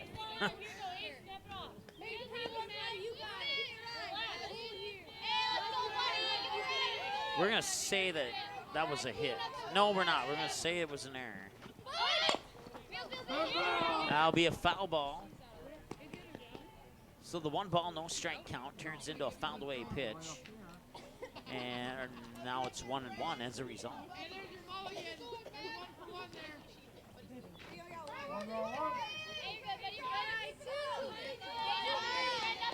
Thankfully, the language wasn't super explicit, but it was explicit nonetheless. We try to be family friendly on here. But we'll move on from that now. I'm sure everybody had their chuckle, including myself. And that was going to be hit deep out into right field, and narrowly making the catch was April Hout, but she couldn't quite grab it. They're going to send Elizabeth Sayward around third, and they're going to hold Kopang at third.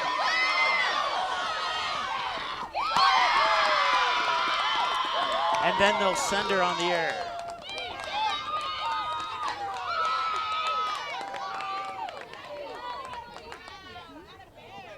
So it's an RBI triple, advancing Sayward home, and then Kopang advances home on the air. And that brings up Lily Houle, who's 2 for 2 with a double and a single, and all of a sudden it's 9-8, and the Kindred Richland Vikings are within 1.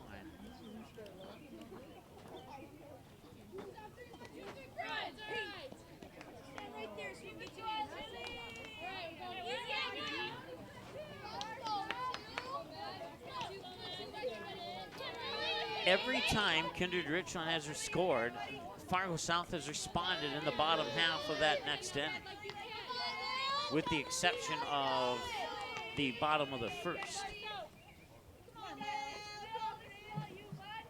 That one's going to be smacked out straight away center field, and that's going to just be out of the reach of Kylie Fike. And Houle's on with a double.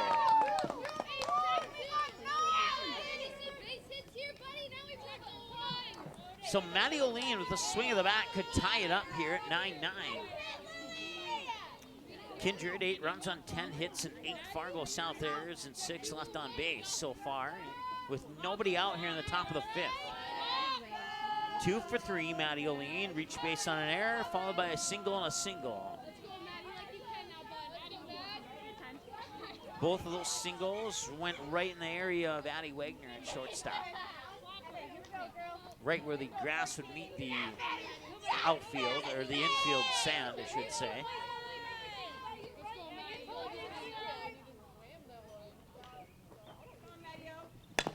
And that'll be bunted down the third base line. Picked up, no throw will be made. Runners on the corners.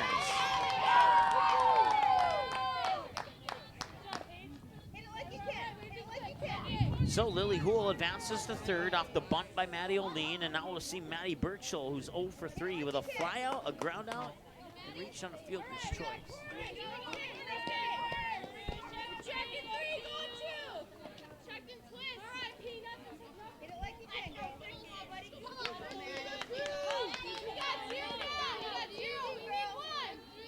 Let's get this going.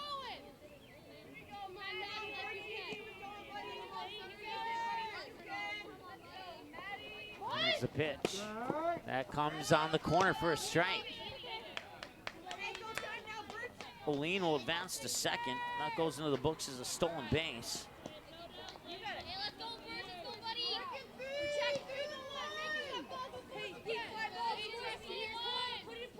No balls and a strike.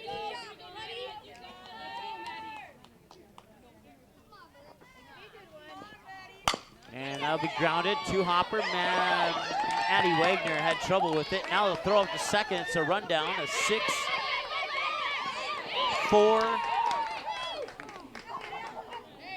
6-4-5 tag out on the rundown there. We do have a cell developing now to the southwest of Fargo. It might be right in West Fargo as we speak. And it looks like a pretty strong cell here. We'll keep our eyes on that one. A lot of red on the radar with that one.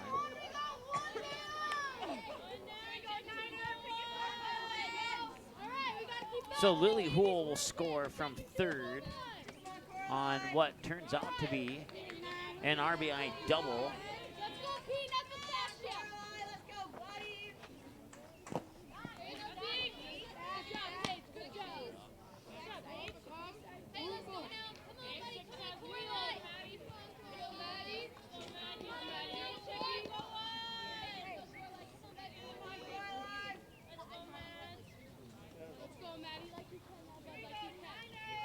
So there's one out, and a batter now is Coralie Schultzwalter, and she'll ground that one foul for a strike. One ball, one strike, one out, one runner on.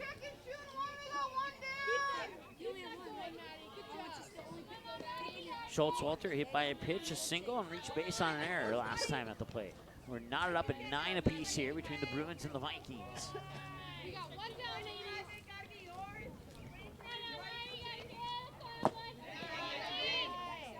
That pitch will come across for ball 2.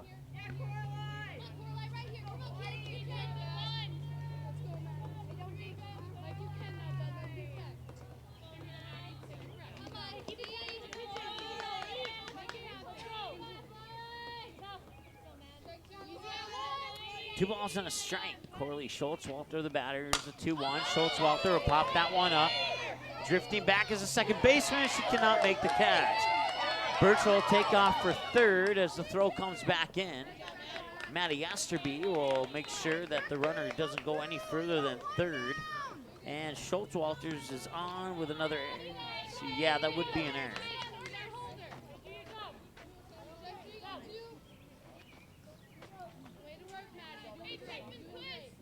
Abby McDonald, the batter now. Once again, one away, we're tied at 9, runners on the corners.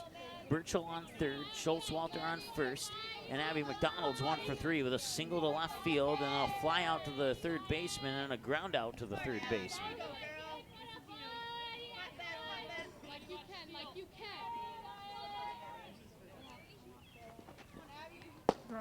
That pitch come across for strike 1 to Abby McDonald, who's a sophomore for the Vikings.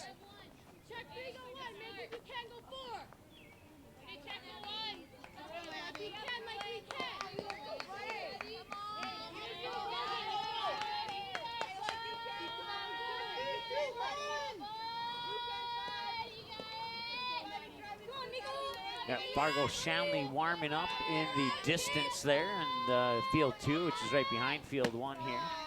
So the pitch will float outside.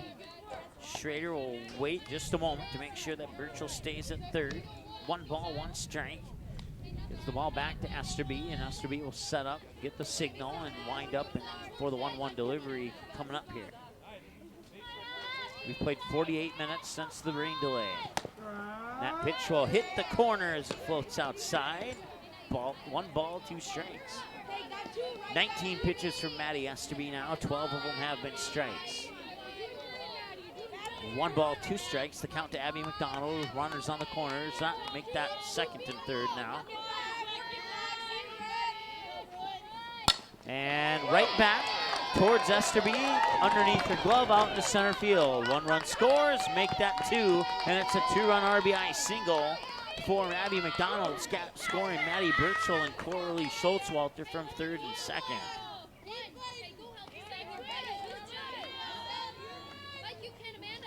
And for the first time in this game since the bottom of the second, Kindred Richland has the lead. They led 3-0 going into the bottom of the second. And that's where Fargo South took the lead, and they hadn't given up the lead until just now. That runs 10 and 11 on the 2-run RBI single.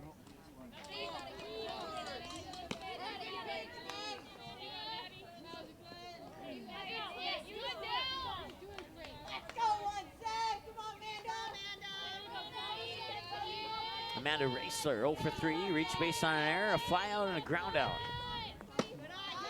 Pitch just a little bit high.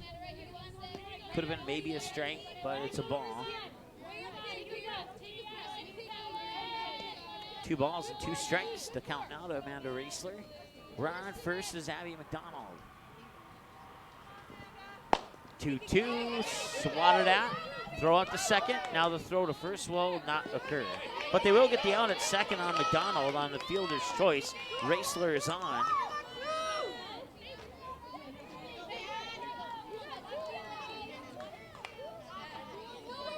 And that brings up Tina Fryer. 1 for 2, a walk, a single, and a reach base on a drop third strike.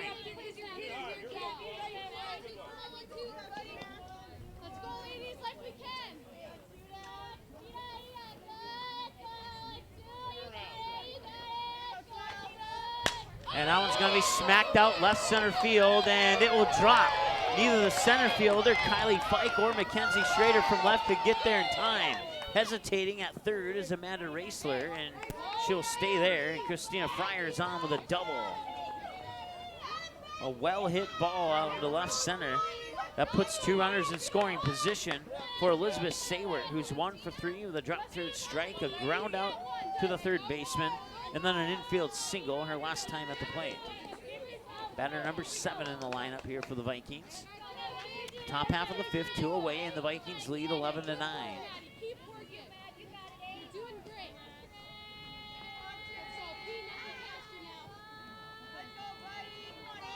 And the windup of the pitch inside for a ball. Nearly hit Saywert. Saywert able to maneuver out of the way of that pitch. 1 ball, no strike. Runner on second, Christina Fryer. Runner on third is Amanda Raisler. The batter once again, Elizabeth Saywert, who's 1 for 3.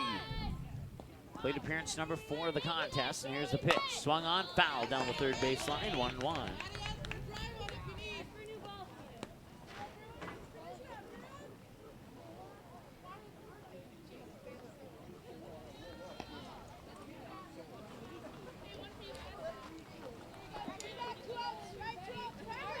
As it's starting to rain again here, and it may be that cell I was talking about not long ago here. This game is in the 5th inning. If you have another rain out, they may ask the coaches if they want to call it. It would be up to the coaches if that's the case. Pass ball will score Amanda Raisler from third. Good job, ladies.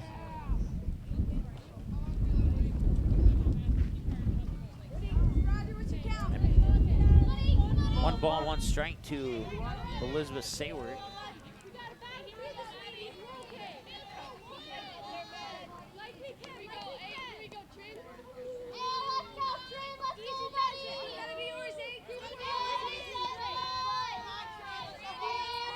And that is hitting the east edge of Fargo right now, and there's some lightning strikes on the radar too. Won't say that too loudly here, but with that in mind, I don't want to say it too softly either.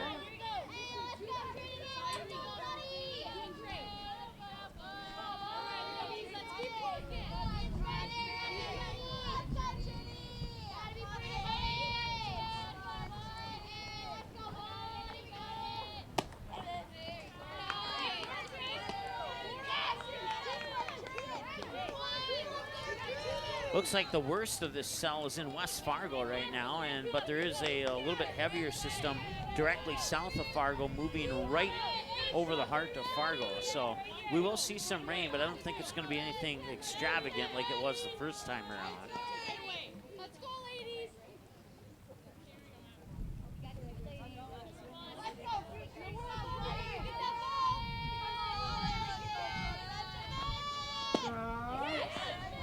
Brent Kopang, the batter, by the way, faces strike one as Sayward gets on to second.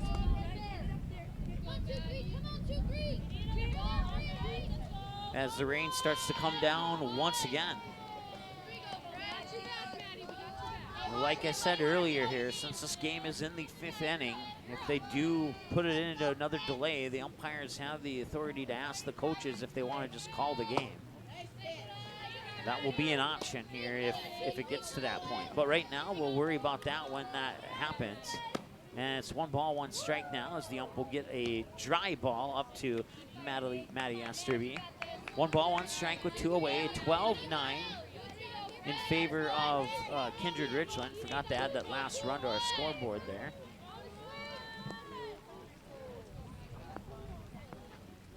And that one's going to be hit up high, right center field, running forward, it'll drop. Scoring is Christina Fryer from third and Elizabeth Sayward from second on a 2-run RBI double by Brent Kopang out into right center field. 2 more, and that makes it 14-9. Let's take a look at the radars. Lily Houle comes up, and now they'll get another ball out to Maddie Esterby. We'll zoom in on this here as we'll play on it.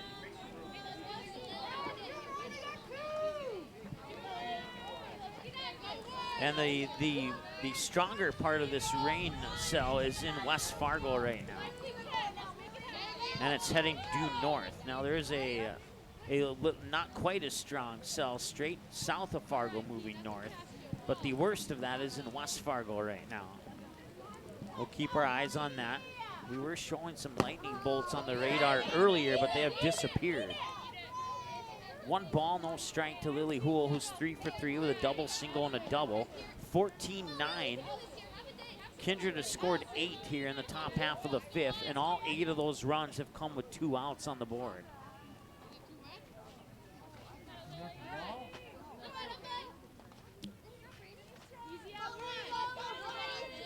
Once again, 1 ball, no strike. Lily Houle, the batter. Runner on second is Brent Kopang. Got there via a 2-run RBI double to left center. That one will be fouled down the third base line, and it's 1 ball, 1 strike.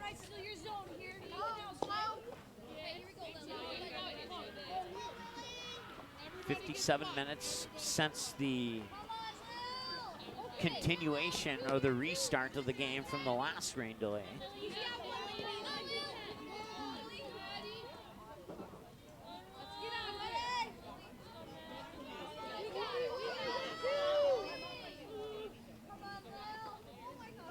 The windup. That pitch will float up high for a ball, 2-1. We did have a game called, it was a summer softball game called here due to a severe thunderstorm right here at Mickelson Park on this very field. It was a summer game between ND Elite and I can't remember the other team that they were playing. And that one's going to be hit up high, and that will not be an error, as April Howe dived for it. And it'll be an RBI triple for Lily Houle. 14-9 now. Check that, 15-9. I forgot to add the last run, either that or the button misfired on the, when I touched it, one of the two.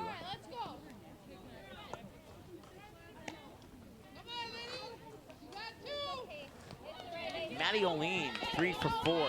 So we return to the top of the order here for Kindred Richland. 15-9 now, and 9 of those runs have been scored here in the top of the 5th.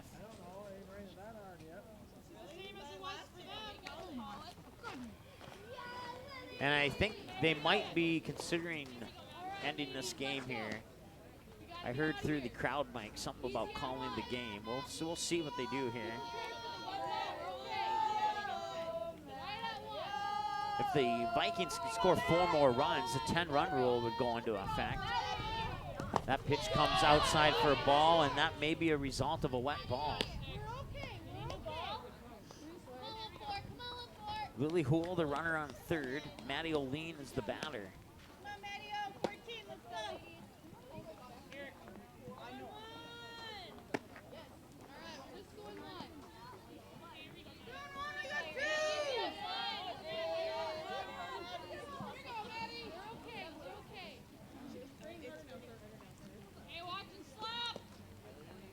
The rain starts to come down again. It's kind of on and off right now. That pitch will come up high for a ball. 2 balls and no strikes to Maddie O'Lean. Runner on third is Lily Houle.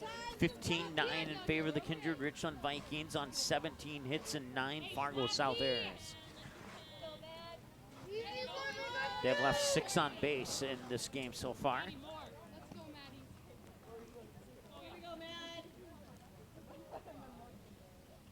And the 2-0 pitch. Swung on, hit foul for a strike, 2-1.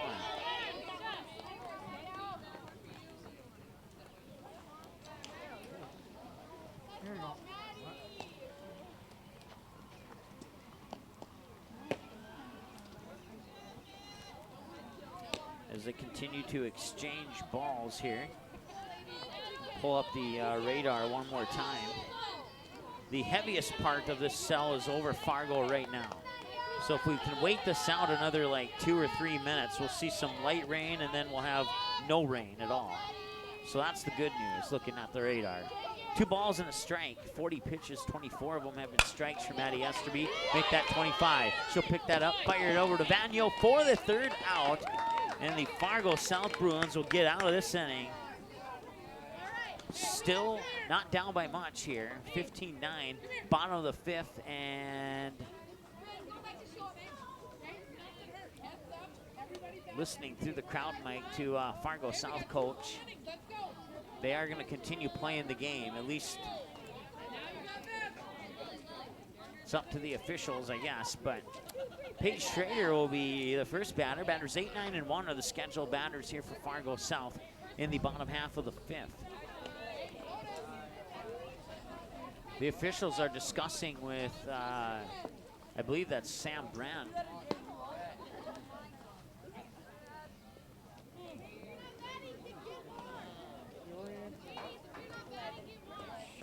It's hard to tell who's who now with jackets and hoods on, but that's okay.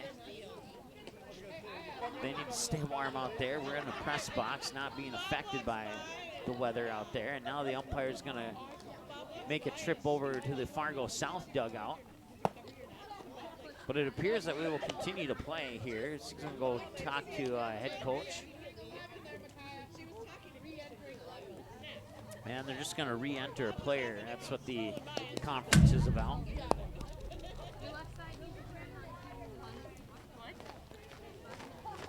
We'll keep it right here during the short break here. Actually, we'll change our mind. While they're playing music, we'll go to our break. We'll be right back here on the ND Sports Channel. Matter of fact, it's just a walk-up song, so we'll just chat over it and trick YouTube into thinking that it's not an actual song. Looks like we have a new pitcher again. Abby McDonald's going to return to the pitching circle, at least I believe. We'll find out here momentarily. Amanda Raisler, 25 pitches, 17 strikes, and 8 balls. And it will indeed be Abby McDonald, and that will send Raisler over to third and Kopang up to short. So that's exactly how we started the game.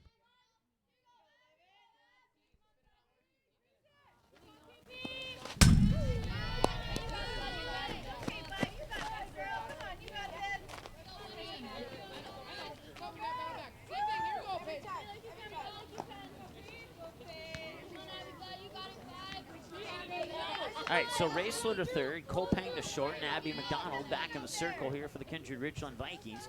1 ball, no strike, make it 1 ball, 1 strike to Paige Schrader, who's 1 for 1 with a walk and a double down the line into the corner in left field, down the third base line. Stayed fair, went past the bag, and then dribbled foul into the corner. And That allowed her to get on with a double. 2 balls and a strike now. 48 pitches for Abby McDonald. 2 of those 48 coming since she returned to the circle here. Or 3 of those 48, excuse me. Now 4. And a swing and a miss to even up the count at 2 balls and 2 strikes. So pitch shy of 50. 27 strikes, 22 balls on 49 pitches. We've played an hour and 4 minutes since the restart of the rain from the rain delay.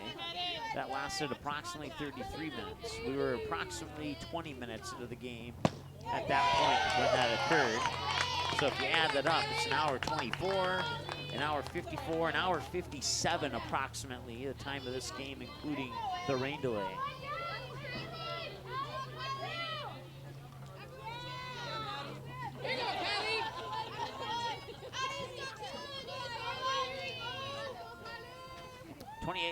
Or 28 strikes, 22 balls on 50 pitches. And now that'll be a single on the right field for Kylie Fike, who's 1 for 2, double ground out, and now 2 for 3 with that single. Sammy Hazelton will be the next batter here for Fargo South.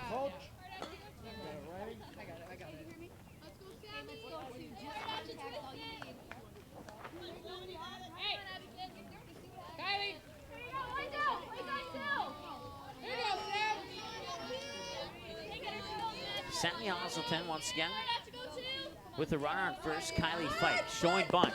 Goes the bunt back. Fike takes off for second. She is safe, I believe. Yep.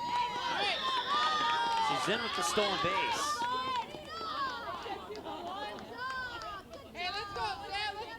One ball, no strike to Sammy Hazelton, and Kylie Fike on with the stolen base and scoring position now, 15-9.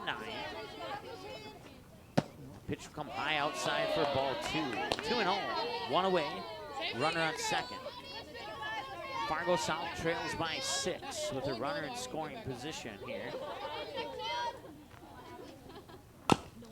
That'll be a foul ball and a strike, 2-1.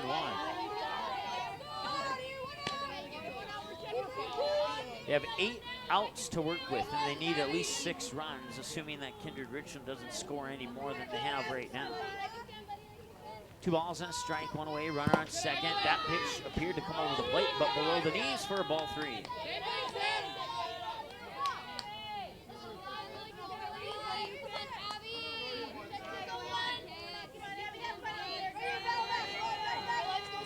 A pitch through the legs of Maddie O'Lean. That'll advance Fike over to third. And it will be a drop strike to put Sam Hazelton on base as well.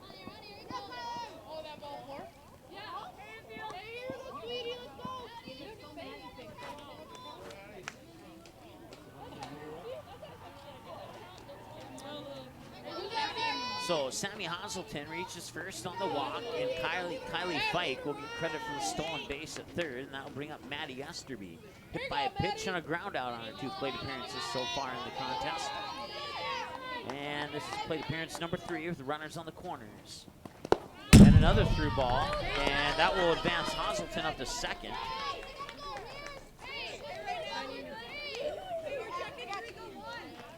Two runners in scoring position. A swing of the bat can make it 15-11.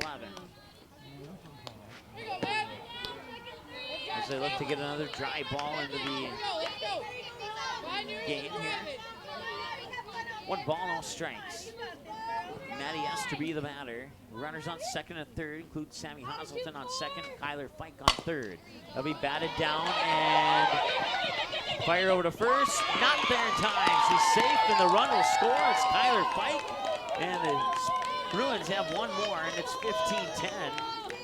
Advancing Sam Hazelton over to third on an RBI infield single from Maddie Esterby.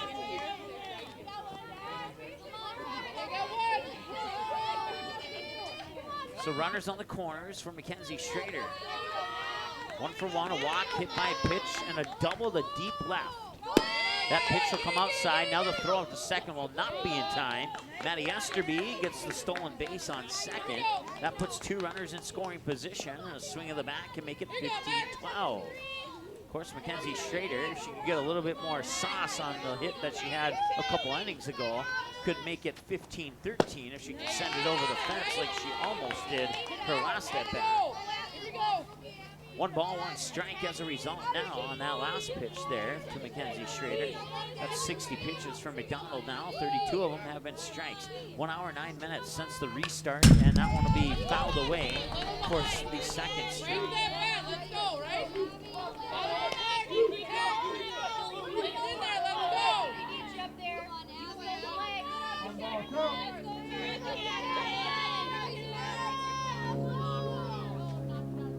Pitch comes outside for a ball, 2-2.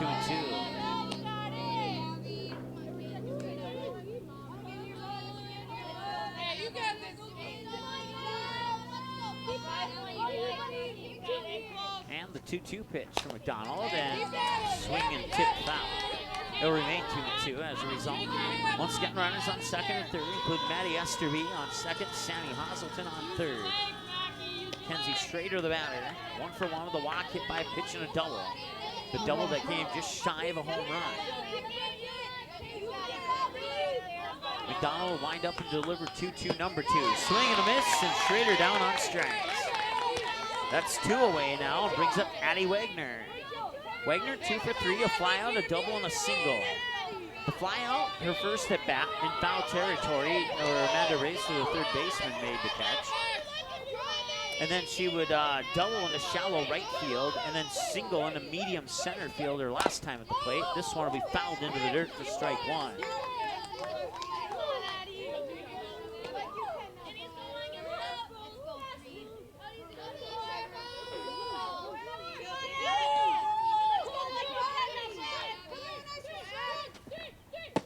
That pitch will float outside for a ball.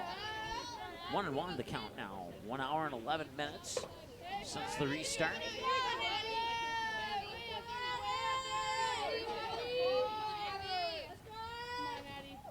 That pitch comes up high. Nice eye by Addie Wagner, and that's 2 balls and a strike.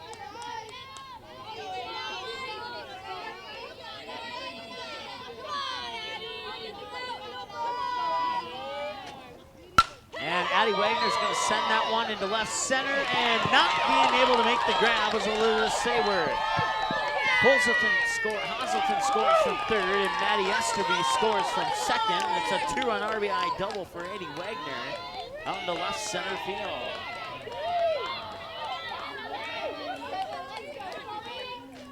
And it's 15-12 now. Bruins are within 3. They have 2 outs.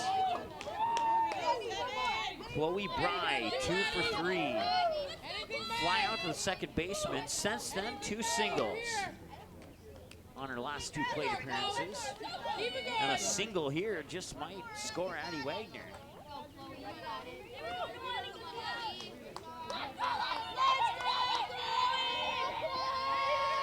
Here's the pitch. A little low, ball 1.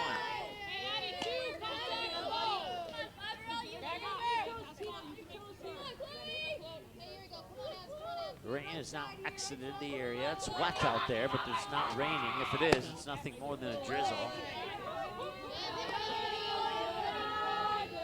That pitch missed for, I believe that was ball 2. It was 1-0 prior to that.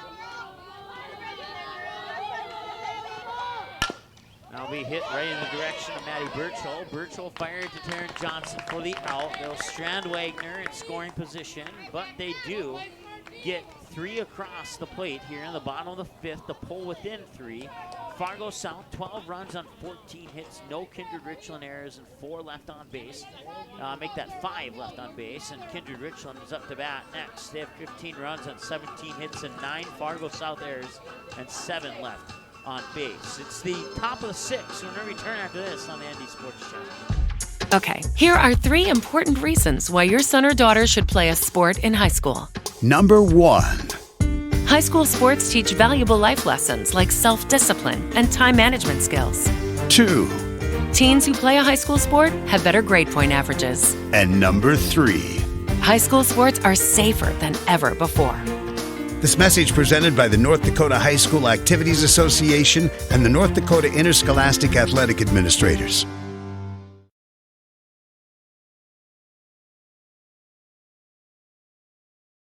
This is Michael Hall, a senior at Kindred High School and the 2018-19 North Dakota High School Activities Association Distinguished Student. While the scoreboard reveals the winner of a high school athletic contest, the real winners are those that display good sportsmanship. We need those people who treat competition as a game and not a war. People who show genuine concern for an injured player and those who accept all decisions of the game officials. Remember to be a good sport and a good citizen when you attend a high school game. A public service message from the North Dakota High School Activities Association.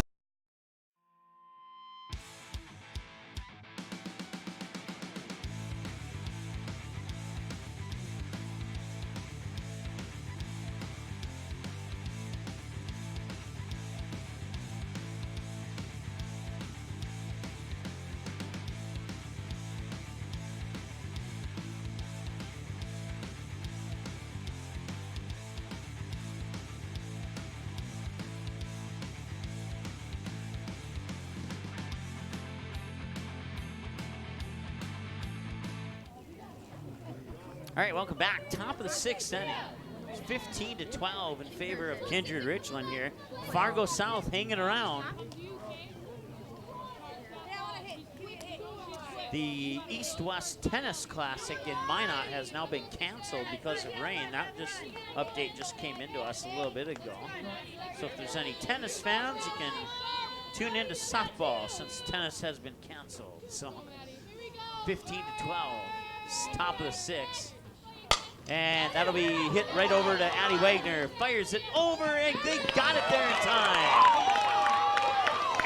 Emma Vanyo will reach up and grab the throw that seemed to be a little bit high from Wagner, but it's good for a 6-3 ground out.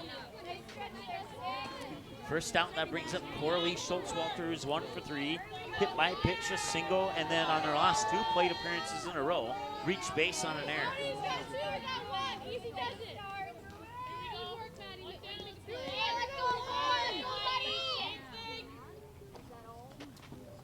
That pitch comes across for a strike. I can tell you this much, including our pregame show, we've been on the air for 2 hours and 32 minutes and 35 seconds as of right now with this game. First pitch came probably about 10 minutes into that, so that would make the game approximately 2 hours and 22 minutes long, approximately.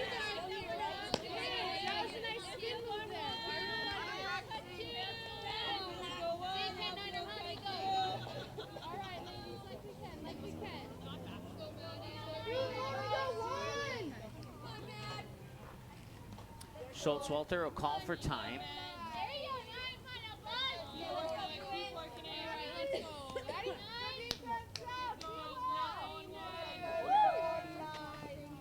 That pitch will come up high. 2 balls and no strikes. Let's see if that's the correct count here from the umpire. He hasn't really been too helpful on confirming that, but you never know. There's a strike. And now it's either 2-1 or 2-2. And it is 2-2. That's what I thought.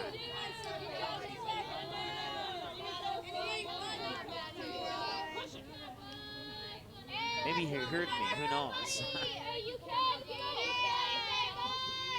Here's the windup and the delivery of the 2-2. Swung on, and that's going to go into left field. Ricocheted off the glove of Chloe Bry. And that will hold for a single.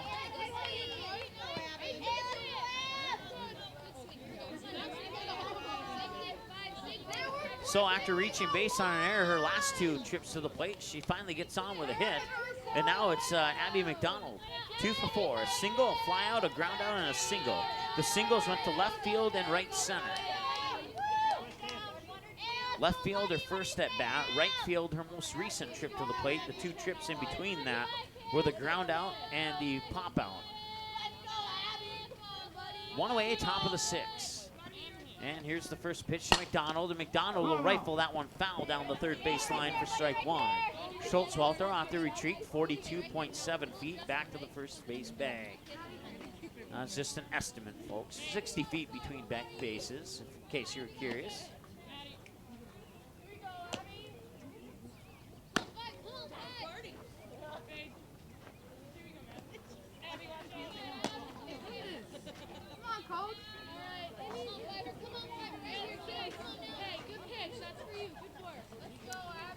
0-1 the count as a result of the foul away pitch here for Abby McDonald. Maddie Esterby on the mound. This will be pitch 49.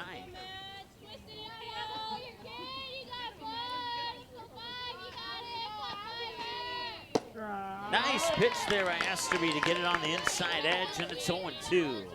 31 strikes on 49 pitches here. 1 hour and 19 minutes since the start of the restart after the rain delay. So you take the rain delay out of this, and we're probably at about an hour and 40 minutes of actual game time. 0-2. And that'll be rifled fair down the third base line. Running after it, there's Schrader. She'll pick it up. Schultzwalter will move into third, and that's a double for McDonald down the third base line. And that's officially 50 pitches now, 32 strikes and 18 balls for Mackenzie Schrader. As the home plate umpire wants to get another dry ball from the Fargo South dugout. He will do so successfully, and here Maddie Esterby will set up to face Amanda Raisler.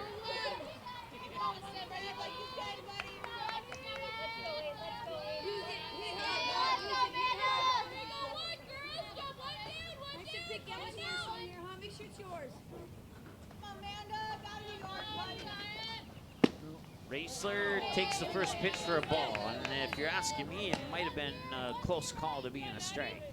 1 ball, no strikes. As a result, Amanda Raisler, 0 for 4, reached base on an error, a flyout, a ground out, and a fielder's choice. And the windup in the 1-0 delivery. Down the middle, line drive right in the glove of Chloe Bry, and Schultzwalter was quick enough to get back in time and be safe. But that is 2 out, and Chloe Bry this close to ending the inning.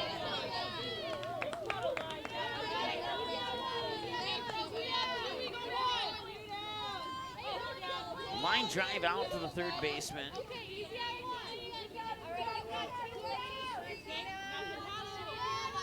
And that's 2 away now.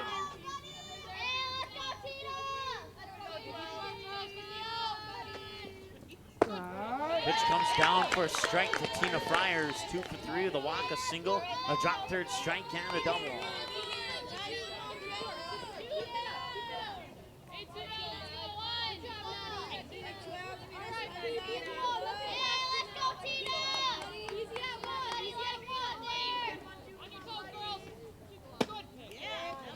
And now miss inside for a ball, leaving up the count at 1-1.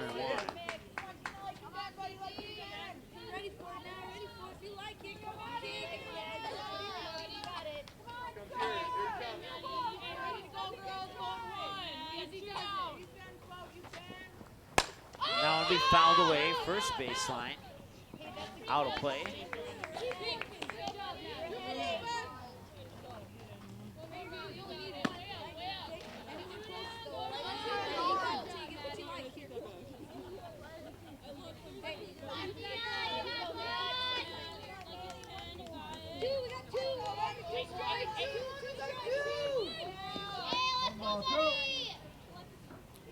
One ball, 2 strikes. 1 hour and 22 minutes since the restart after the rain delay. Runner on second, Abby McDonald. Corley Schultzwalter at third, and that's a hopper grounder to Addie Wagner. She fires it over to first to Daniel for the out to end the inning. Kindred scores none in the top half of the 6th. We'll go to the bottom of the 6th and see if Fargo South can get a little bit closer. Right now they trail by 3, 15-12, and due up for the Bruins is Vanyo, Howell, and Schrader, that are 6, 7, and 8 when we return after this on the ND Sports Channel. High school sports programs provide valuable lessons for practical life solutions, teamwork, sportsmanship, and hard work. Students learn self-respect through responsibility of their actions through high school activities. There are kids out there, coaches and parents, who appreciate sports officials for doing a tough job with class. More officials are needed, someone like you. Contact your local high school or the North Dakota High School Activities Association to find out how to become an official. A message from the North Dakota High School Activities Association. What do basketball, choir, drama club, and marching band all have in common? They're all high school activities that offer learning opportunities not necessarily found in the classroom. They take up just a fraction of a typical North Dakota high school's budget, and they go a long way to giving young people the tools they need to thrive. High school activities, they're more than extracurricular. They're extra important, too. This message presented by the North Dakota High School Activities Association and the North Dakota Interscholastic Athletic Administrators Association.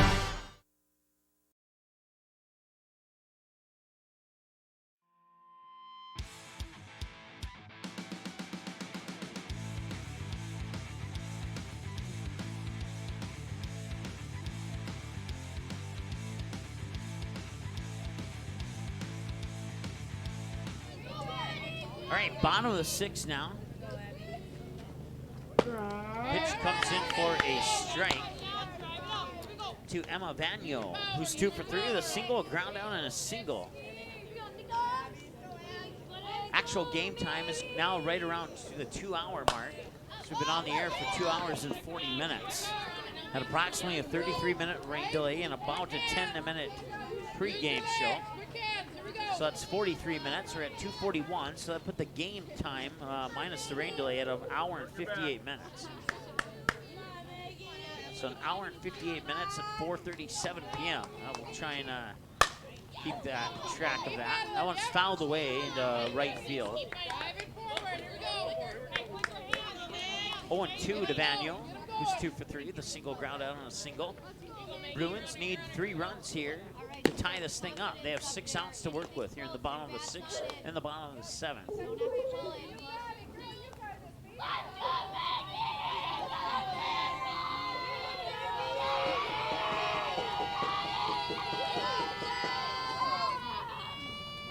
And that one's going to be fouled away. Nice swing there by Vano.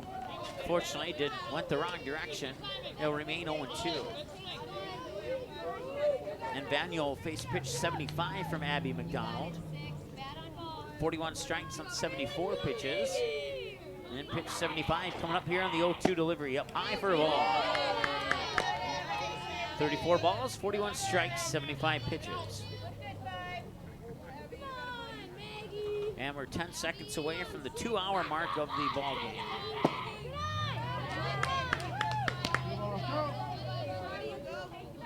Two and 2 the count.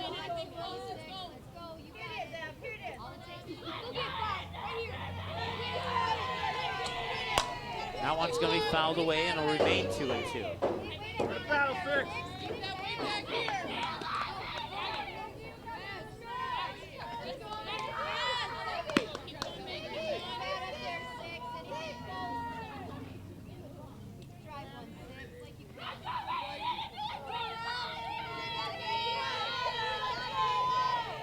And that one's hit deep into left field, and it will drop foul.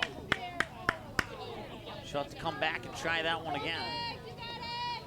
She's fouled away the last 2 pitches in a row. She's fouled away 4 of the pitches so far in this at-bat. This is pitch number 8 between Abby McDonald and Emma Vano.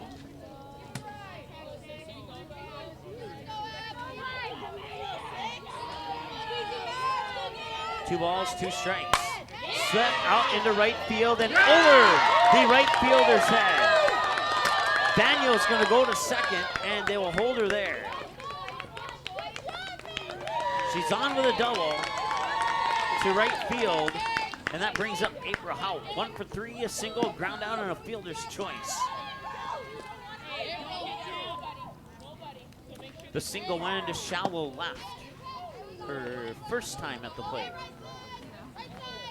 Then she grounded out on a 1-3 and and then batted into a fielder's choice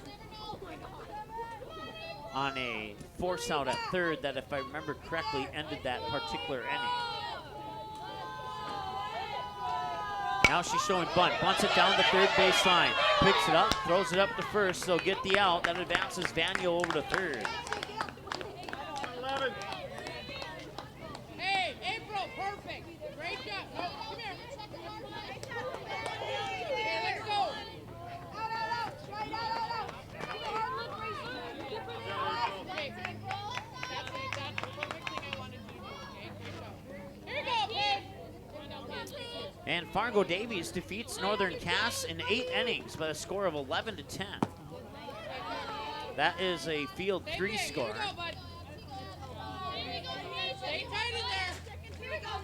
I missed the pitch. I believe it was a ball. Schrader is 1 for 2 with a walk, a double, and a strikeout swinging. The double went down to the third base line. That one's going up high, and that could be out of here. It's going back, and it's gone. It's a 2-run homer for Paige Schrader. And the Fargo South Bruins are within 1. That one was gone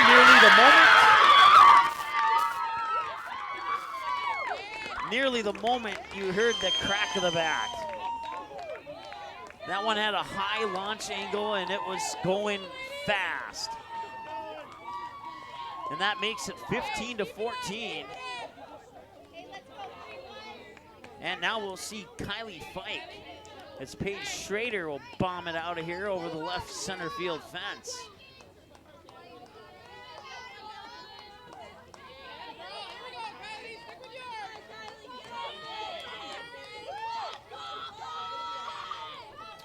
One out, bottom of the 6th, and the Bruins are within 1. Kylie Fike 2 for 3. This one's going to be popped up.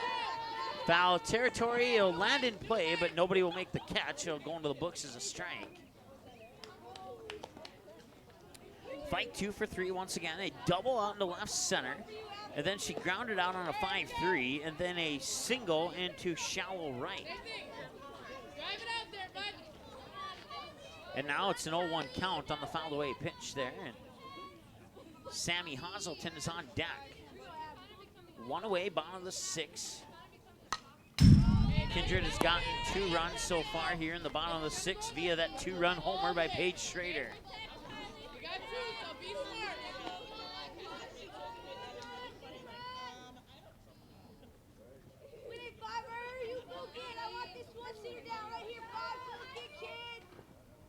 And that one will be hit out into the gap in left center. That's good for at least a single, make it a double.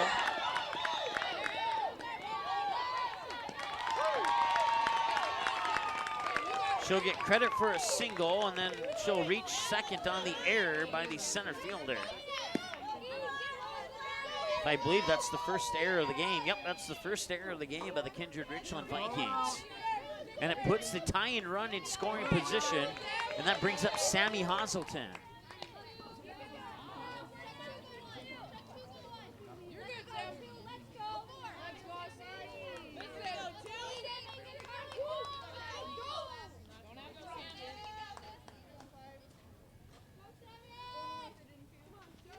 And the pitch, and a nice eye on that one, send it into the gap in right center.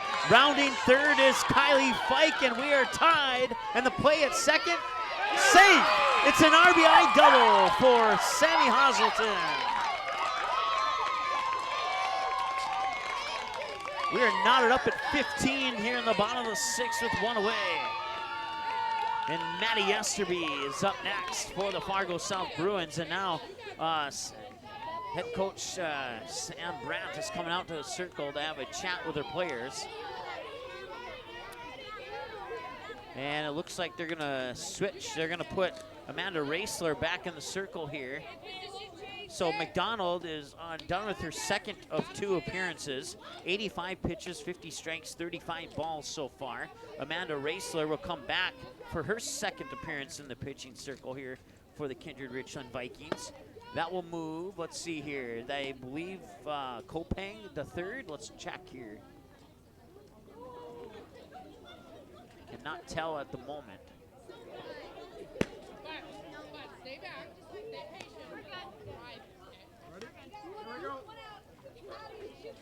We'll find out here momentarily. It will. It put Brent Kopang on third.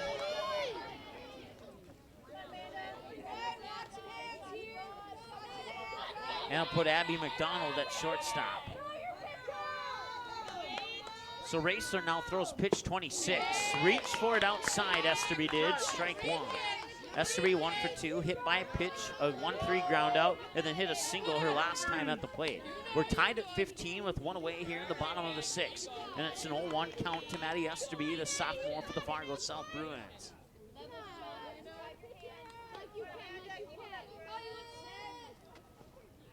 And that one's going to be popped up and out of play, and that will bounce right into the wall of the press box here. Results in a no ball, 2-strike count. Fargo South showing a lot of resilience in this game here against Kindred Richland. Find themselves down with Kindred with a couple of big inning, that 9-run top of the 5th. You would think would pop the balloon on most teams' hopes, and not Fargo South. They've battled back and tied this thing up now. That one's going to be hit out into left field. It's going to be another hit. They're going to send Hazelton around third from second, and Fargo South is going to take the lead on an RBI double by Madeline Esterby out into left field. 16-15, Fargo South leads now here in the bottom of the 6th with one away, and now it's Mackenzie Schrader stepping up to the plate here for Fargo South. 1 for 2, a walk hit by a pitch, a double to left field, and a strikeout swing, and that double came just shy of a home run, by the way.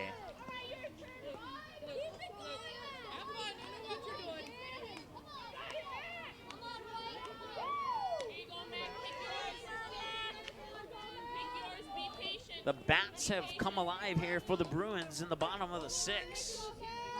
No pitches getting by. Except for that one there. That was a strike. Maddie Esterby, the runner on second. 2 hours, 51 minutes, including pregame and the rain delay of this game so far. And that will come in as a ball. We're about 17, 20 minutes shy of your average Major League Baseball game. 1 ball, 1 strike. Pitch 31 from Raisler. And that'll be grounded to third base. Kopang will fire it over to third, and did her foot come off the bag? Must not have. Wouldn't mind taking a look at the replay on that one. It looked like Taryn Johnson's foot came off the bag.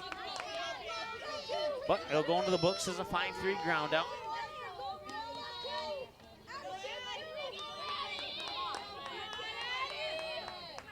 Advancing Esterby to third, and now Addie Wagner. See the pitch float outside for a ball. Wagner 3 for 4. A fly out, her first at bat, foul territory down the third baseline. Since then, a double to right, a single to center, and a double to left center. Here's the pitch, swung on, that's going to left center as well. That will score Maddie Esterby from third. And Addie Wagner's going into second, and she's in safely on an RBI double. And the runs and the hits and the bats keep working here for Fargo South in the bottom of the 6th. 2 away, though. Keep that in mind, but they do have a 2-run lead now as they lead 17-15.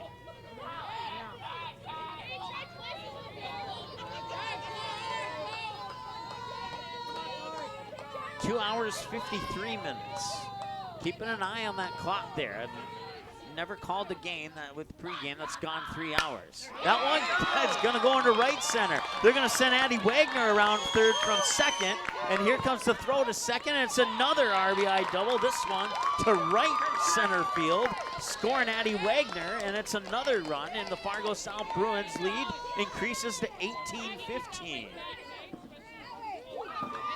That brings up Emma Vano, 3 for 4, a single, a ground out, a single, and a double.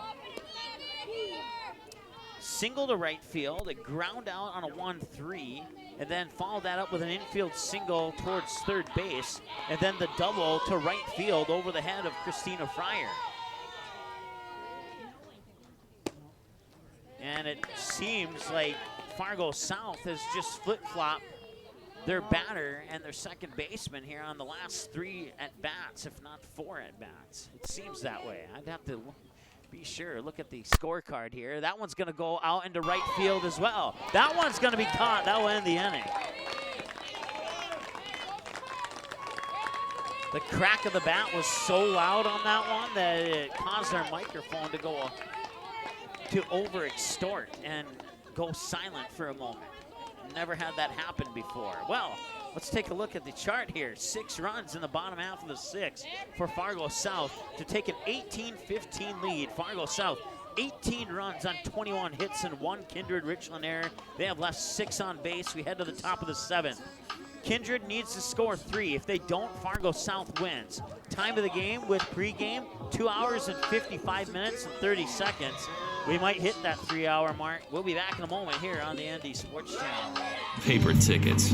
Rookie mistake. Game Time is the fastest way to buy tickets to live events with your friends. You can buy the perfect seats in seconds, and tickets are delivered directly to your phone, so you always have them with you. Download Game Time free on the App Store, and you'll instantly see a curated list of the best upcoming events in your area. Game Time sorts through thousands of available seats on the market and presents you with only the 50 best values. One of the best things about Game Time is you can get tickets at last-minute prices even after the game starts. Download Game Time free on the App Store today.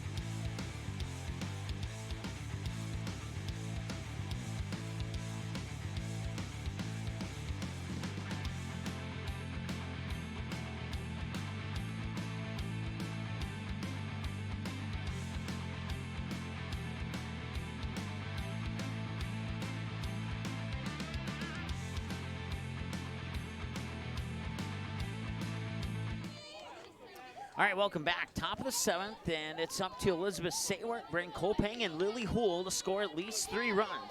Otherwise, the Fargo South Bruins will win this. We will not have to play the bottom half of the 7th.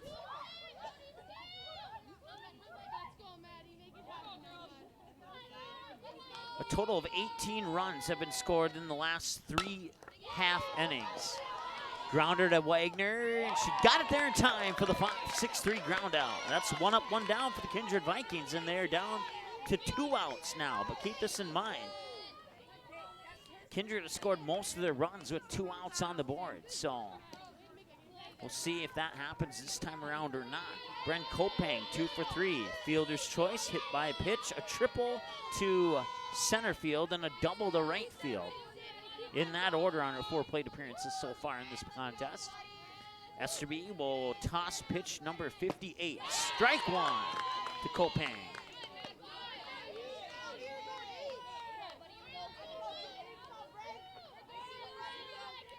Don't forget, this game will be available for a 24/7 replay on our website approximately 30 minutes after the conclusion of this contest. The 0-1. Wind up in the delivery. Up high, just missed the upper corner of the strike zone, and 1 ball, 1 strike as a result. Next pitch will be 60 for Esterby. 38 strikes and 21 balls on 59 pitches. We've played 1 hour 42 since the restart, and we're at 2 hours and 58 minutes and 47 seconds, including pregame, as that pitch comes across the corner for a strike. The second game of the day was supposed to start 54 minutes ago. That's not going to happen. 1 ball, 2 strikes, 1 out.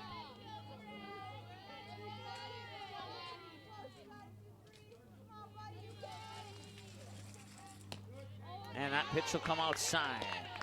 Regardless of the outcome of this game here, we were 2 for 2 on excellent games. We had an outstanding soccer game this morning. And this game right here has been turned into an outstanding softball game between the Bruins and the Vikings. Right now, the Bruins have the lead by 3, 18-15, top of the 7th, 1 away. Oh, that one hit her in the helmet. Hopefully she is okay. Hit her right on the back of the helmet where the helmet kind of ends, and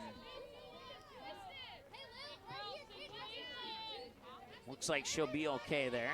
Umpire came over to talk to her really quick.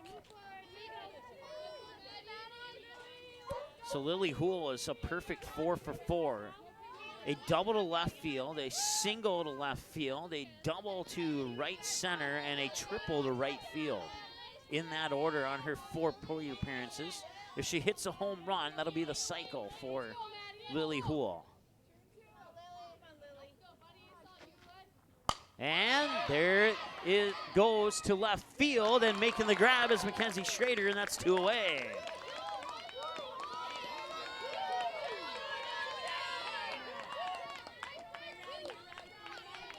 Runner will hold on first, that's Kopang.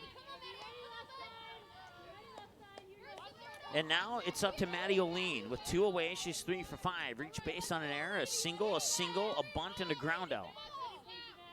The bunt resulted in a on base for O'Lean, who's a junior for the Kindred Richland Vikings. Here's the pitch from Esterby. It just missed. A little low for a ball, 1-0. 3 hours, 1 minute, and 7 seconds right now.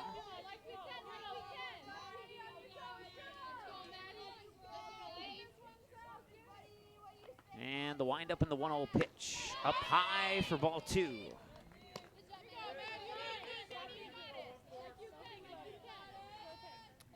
Maddie versus Maddie. Esterby versus O'Lean. Right now, O'Lean is winning the battle. Esterby will check her card on her non-throwing arm.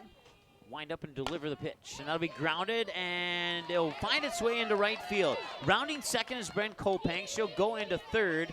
Feet first slide, puts runners on the corners for a single for O'Lean, and that'll bring up Maddie Birchall.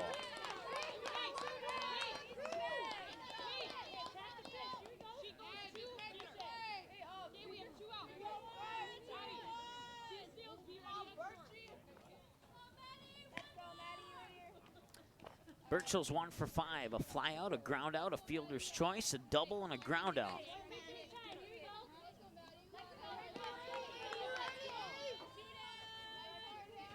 Runners on the corners, Maddie O'Lean on first, Brent Kopang on third, and the tie-in run is at the plate right now, and Maddie Birchall. Here's the windup in the delivery, inside, did it catch the edge? No, it must have just missed, ball 1. It was really close though. Ball 2, excuse me, ball 2.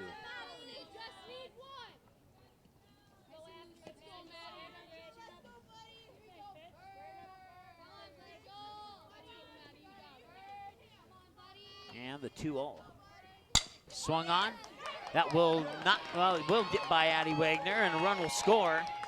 That is Brent Kopang from third. O'Lean's in at third now, and runners remain on the corners.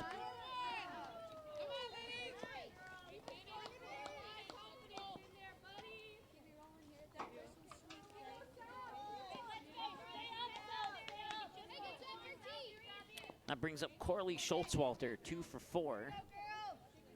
Hit by a pitch, single, reach base on an error, reach base on an error, and a single in that order on 1, 2, 3, 4, 5 plate appearances, making her 2 for 4. 5 plate appearances, 4 at bats, and here's plate appearance number 6. 18-16, the Vikings, or the Bruins lead is trimmed to 2. The tying run is on first. And Schultzwalter the batter. Once again, you got Birchall on first and O'Lean on second, or third, excuse me. That'll be grounded foul for a strike. 0-1. 3 hours and 4 minutes now. As the ump will eat up about 15 seconds to clear off home plate.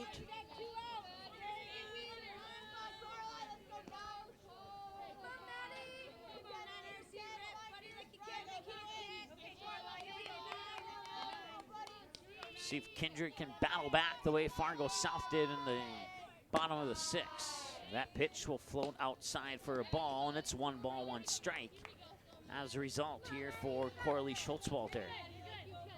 If she can get on base, Abby McDonald is on deck. There is 2 out. Runners on the corners, first and third, and the 1-1 pitch. And that one Pass ball, and that will score Olean from third, and that makes it 18-17. And that'll also advance Birchall up to second.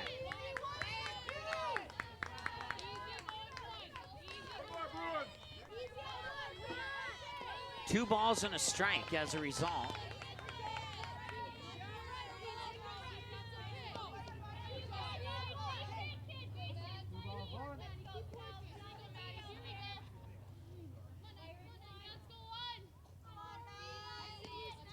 Two balls, one strike. It's a one-run lead now, 18-17. Maddie Birchall, the runner on second.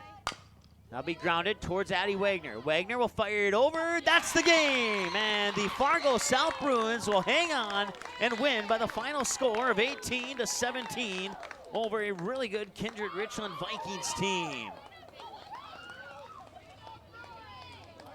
3 hours, 5 minutes, and 57 seconds, including pregame and the rain delay. 1 hour, 49 minutes, time of the game since the restart after the rain delay, which lasted approximately 33 minutes. Coming up next, Fargo North South, I'm thinking hockey. Fargo North will take on Kindred Richland, and we'll see if Kindred Richland has any juice left in the tank here for game number 2 after this 3 hour and nearly 7 minute marathon. Your final score, 18-17 on a 6-3 ground out to end the game. Let's take a look at the overall stats. It was 2-0 Kindred at the end of 1, 3-0 Kindred at the end of 2.5. Then Fargo South would tie it at 3. It would go into the rain delay. We'd come out of the rain delay. Fargo South would score 4 more for a total of 7 in the bottom of the second. And at that point, it was 7-3. Kindred would come back and score 3 in the top of the third to make it 7-6. Fargo South would add 1 in the bottom of the third to make it 8-6. They would hold the Vikings scoreless in the top of the fourth, tack on 1 more to make it 9-6 in the bottom of the fourth. Kindred Vikings would score 9 runs in the top of the fifth. At that point, it was 15-9 in favor of Kindred. Fargo South would answer and get 3 of those runs back to make it 15-12, holding the Vikings scoreless in the top of the second, or top of the sixth, excuse me. They would score 6 in the bottom of the sixth to make it 18-15. Kindred would score 2 in the top of the seventh before they would get their third out, and they would fall a run shy, and Fargo South Bruins hang on for an 18-17 win. That's going to wrap it up. Total time of the broadcast, 3 hours, 8 minutes, and 22 seconds. Thanks so much for watching. We'll go offline for a little bit, come back for Fargo North and Kindred right after this on the ND Sports Channel.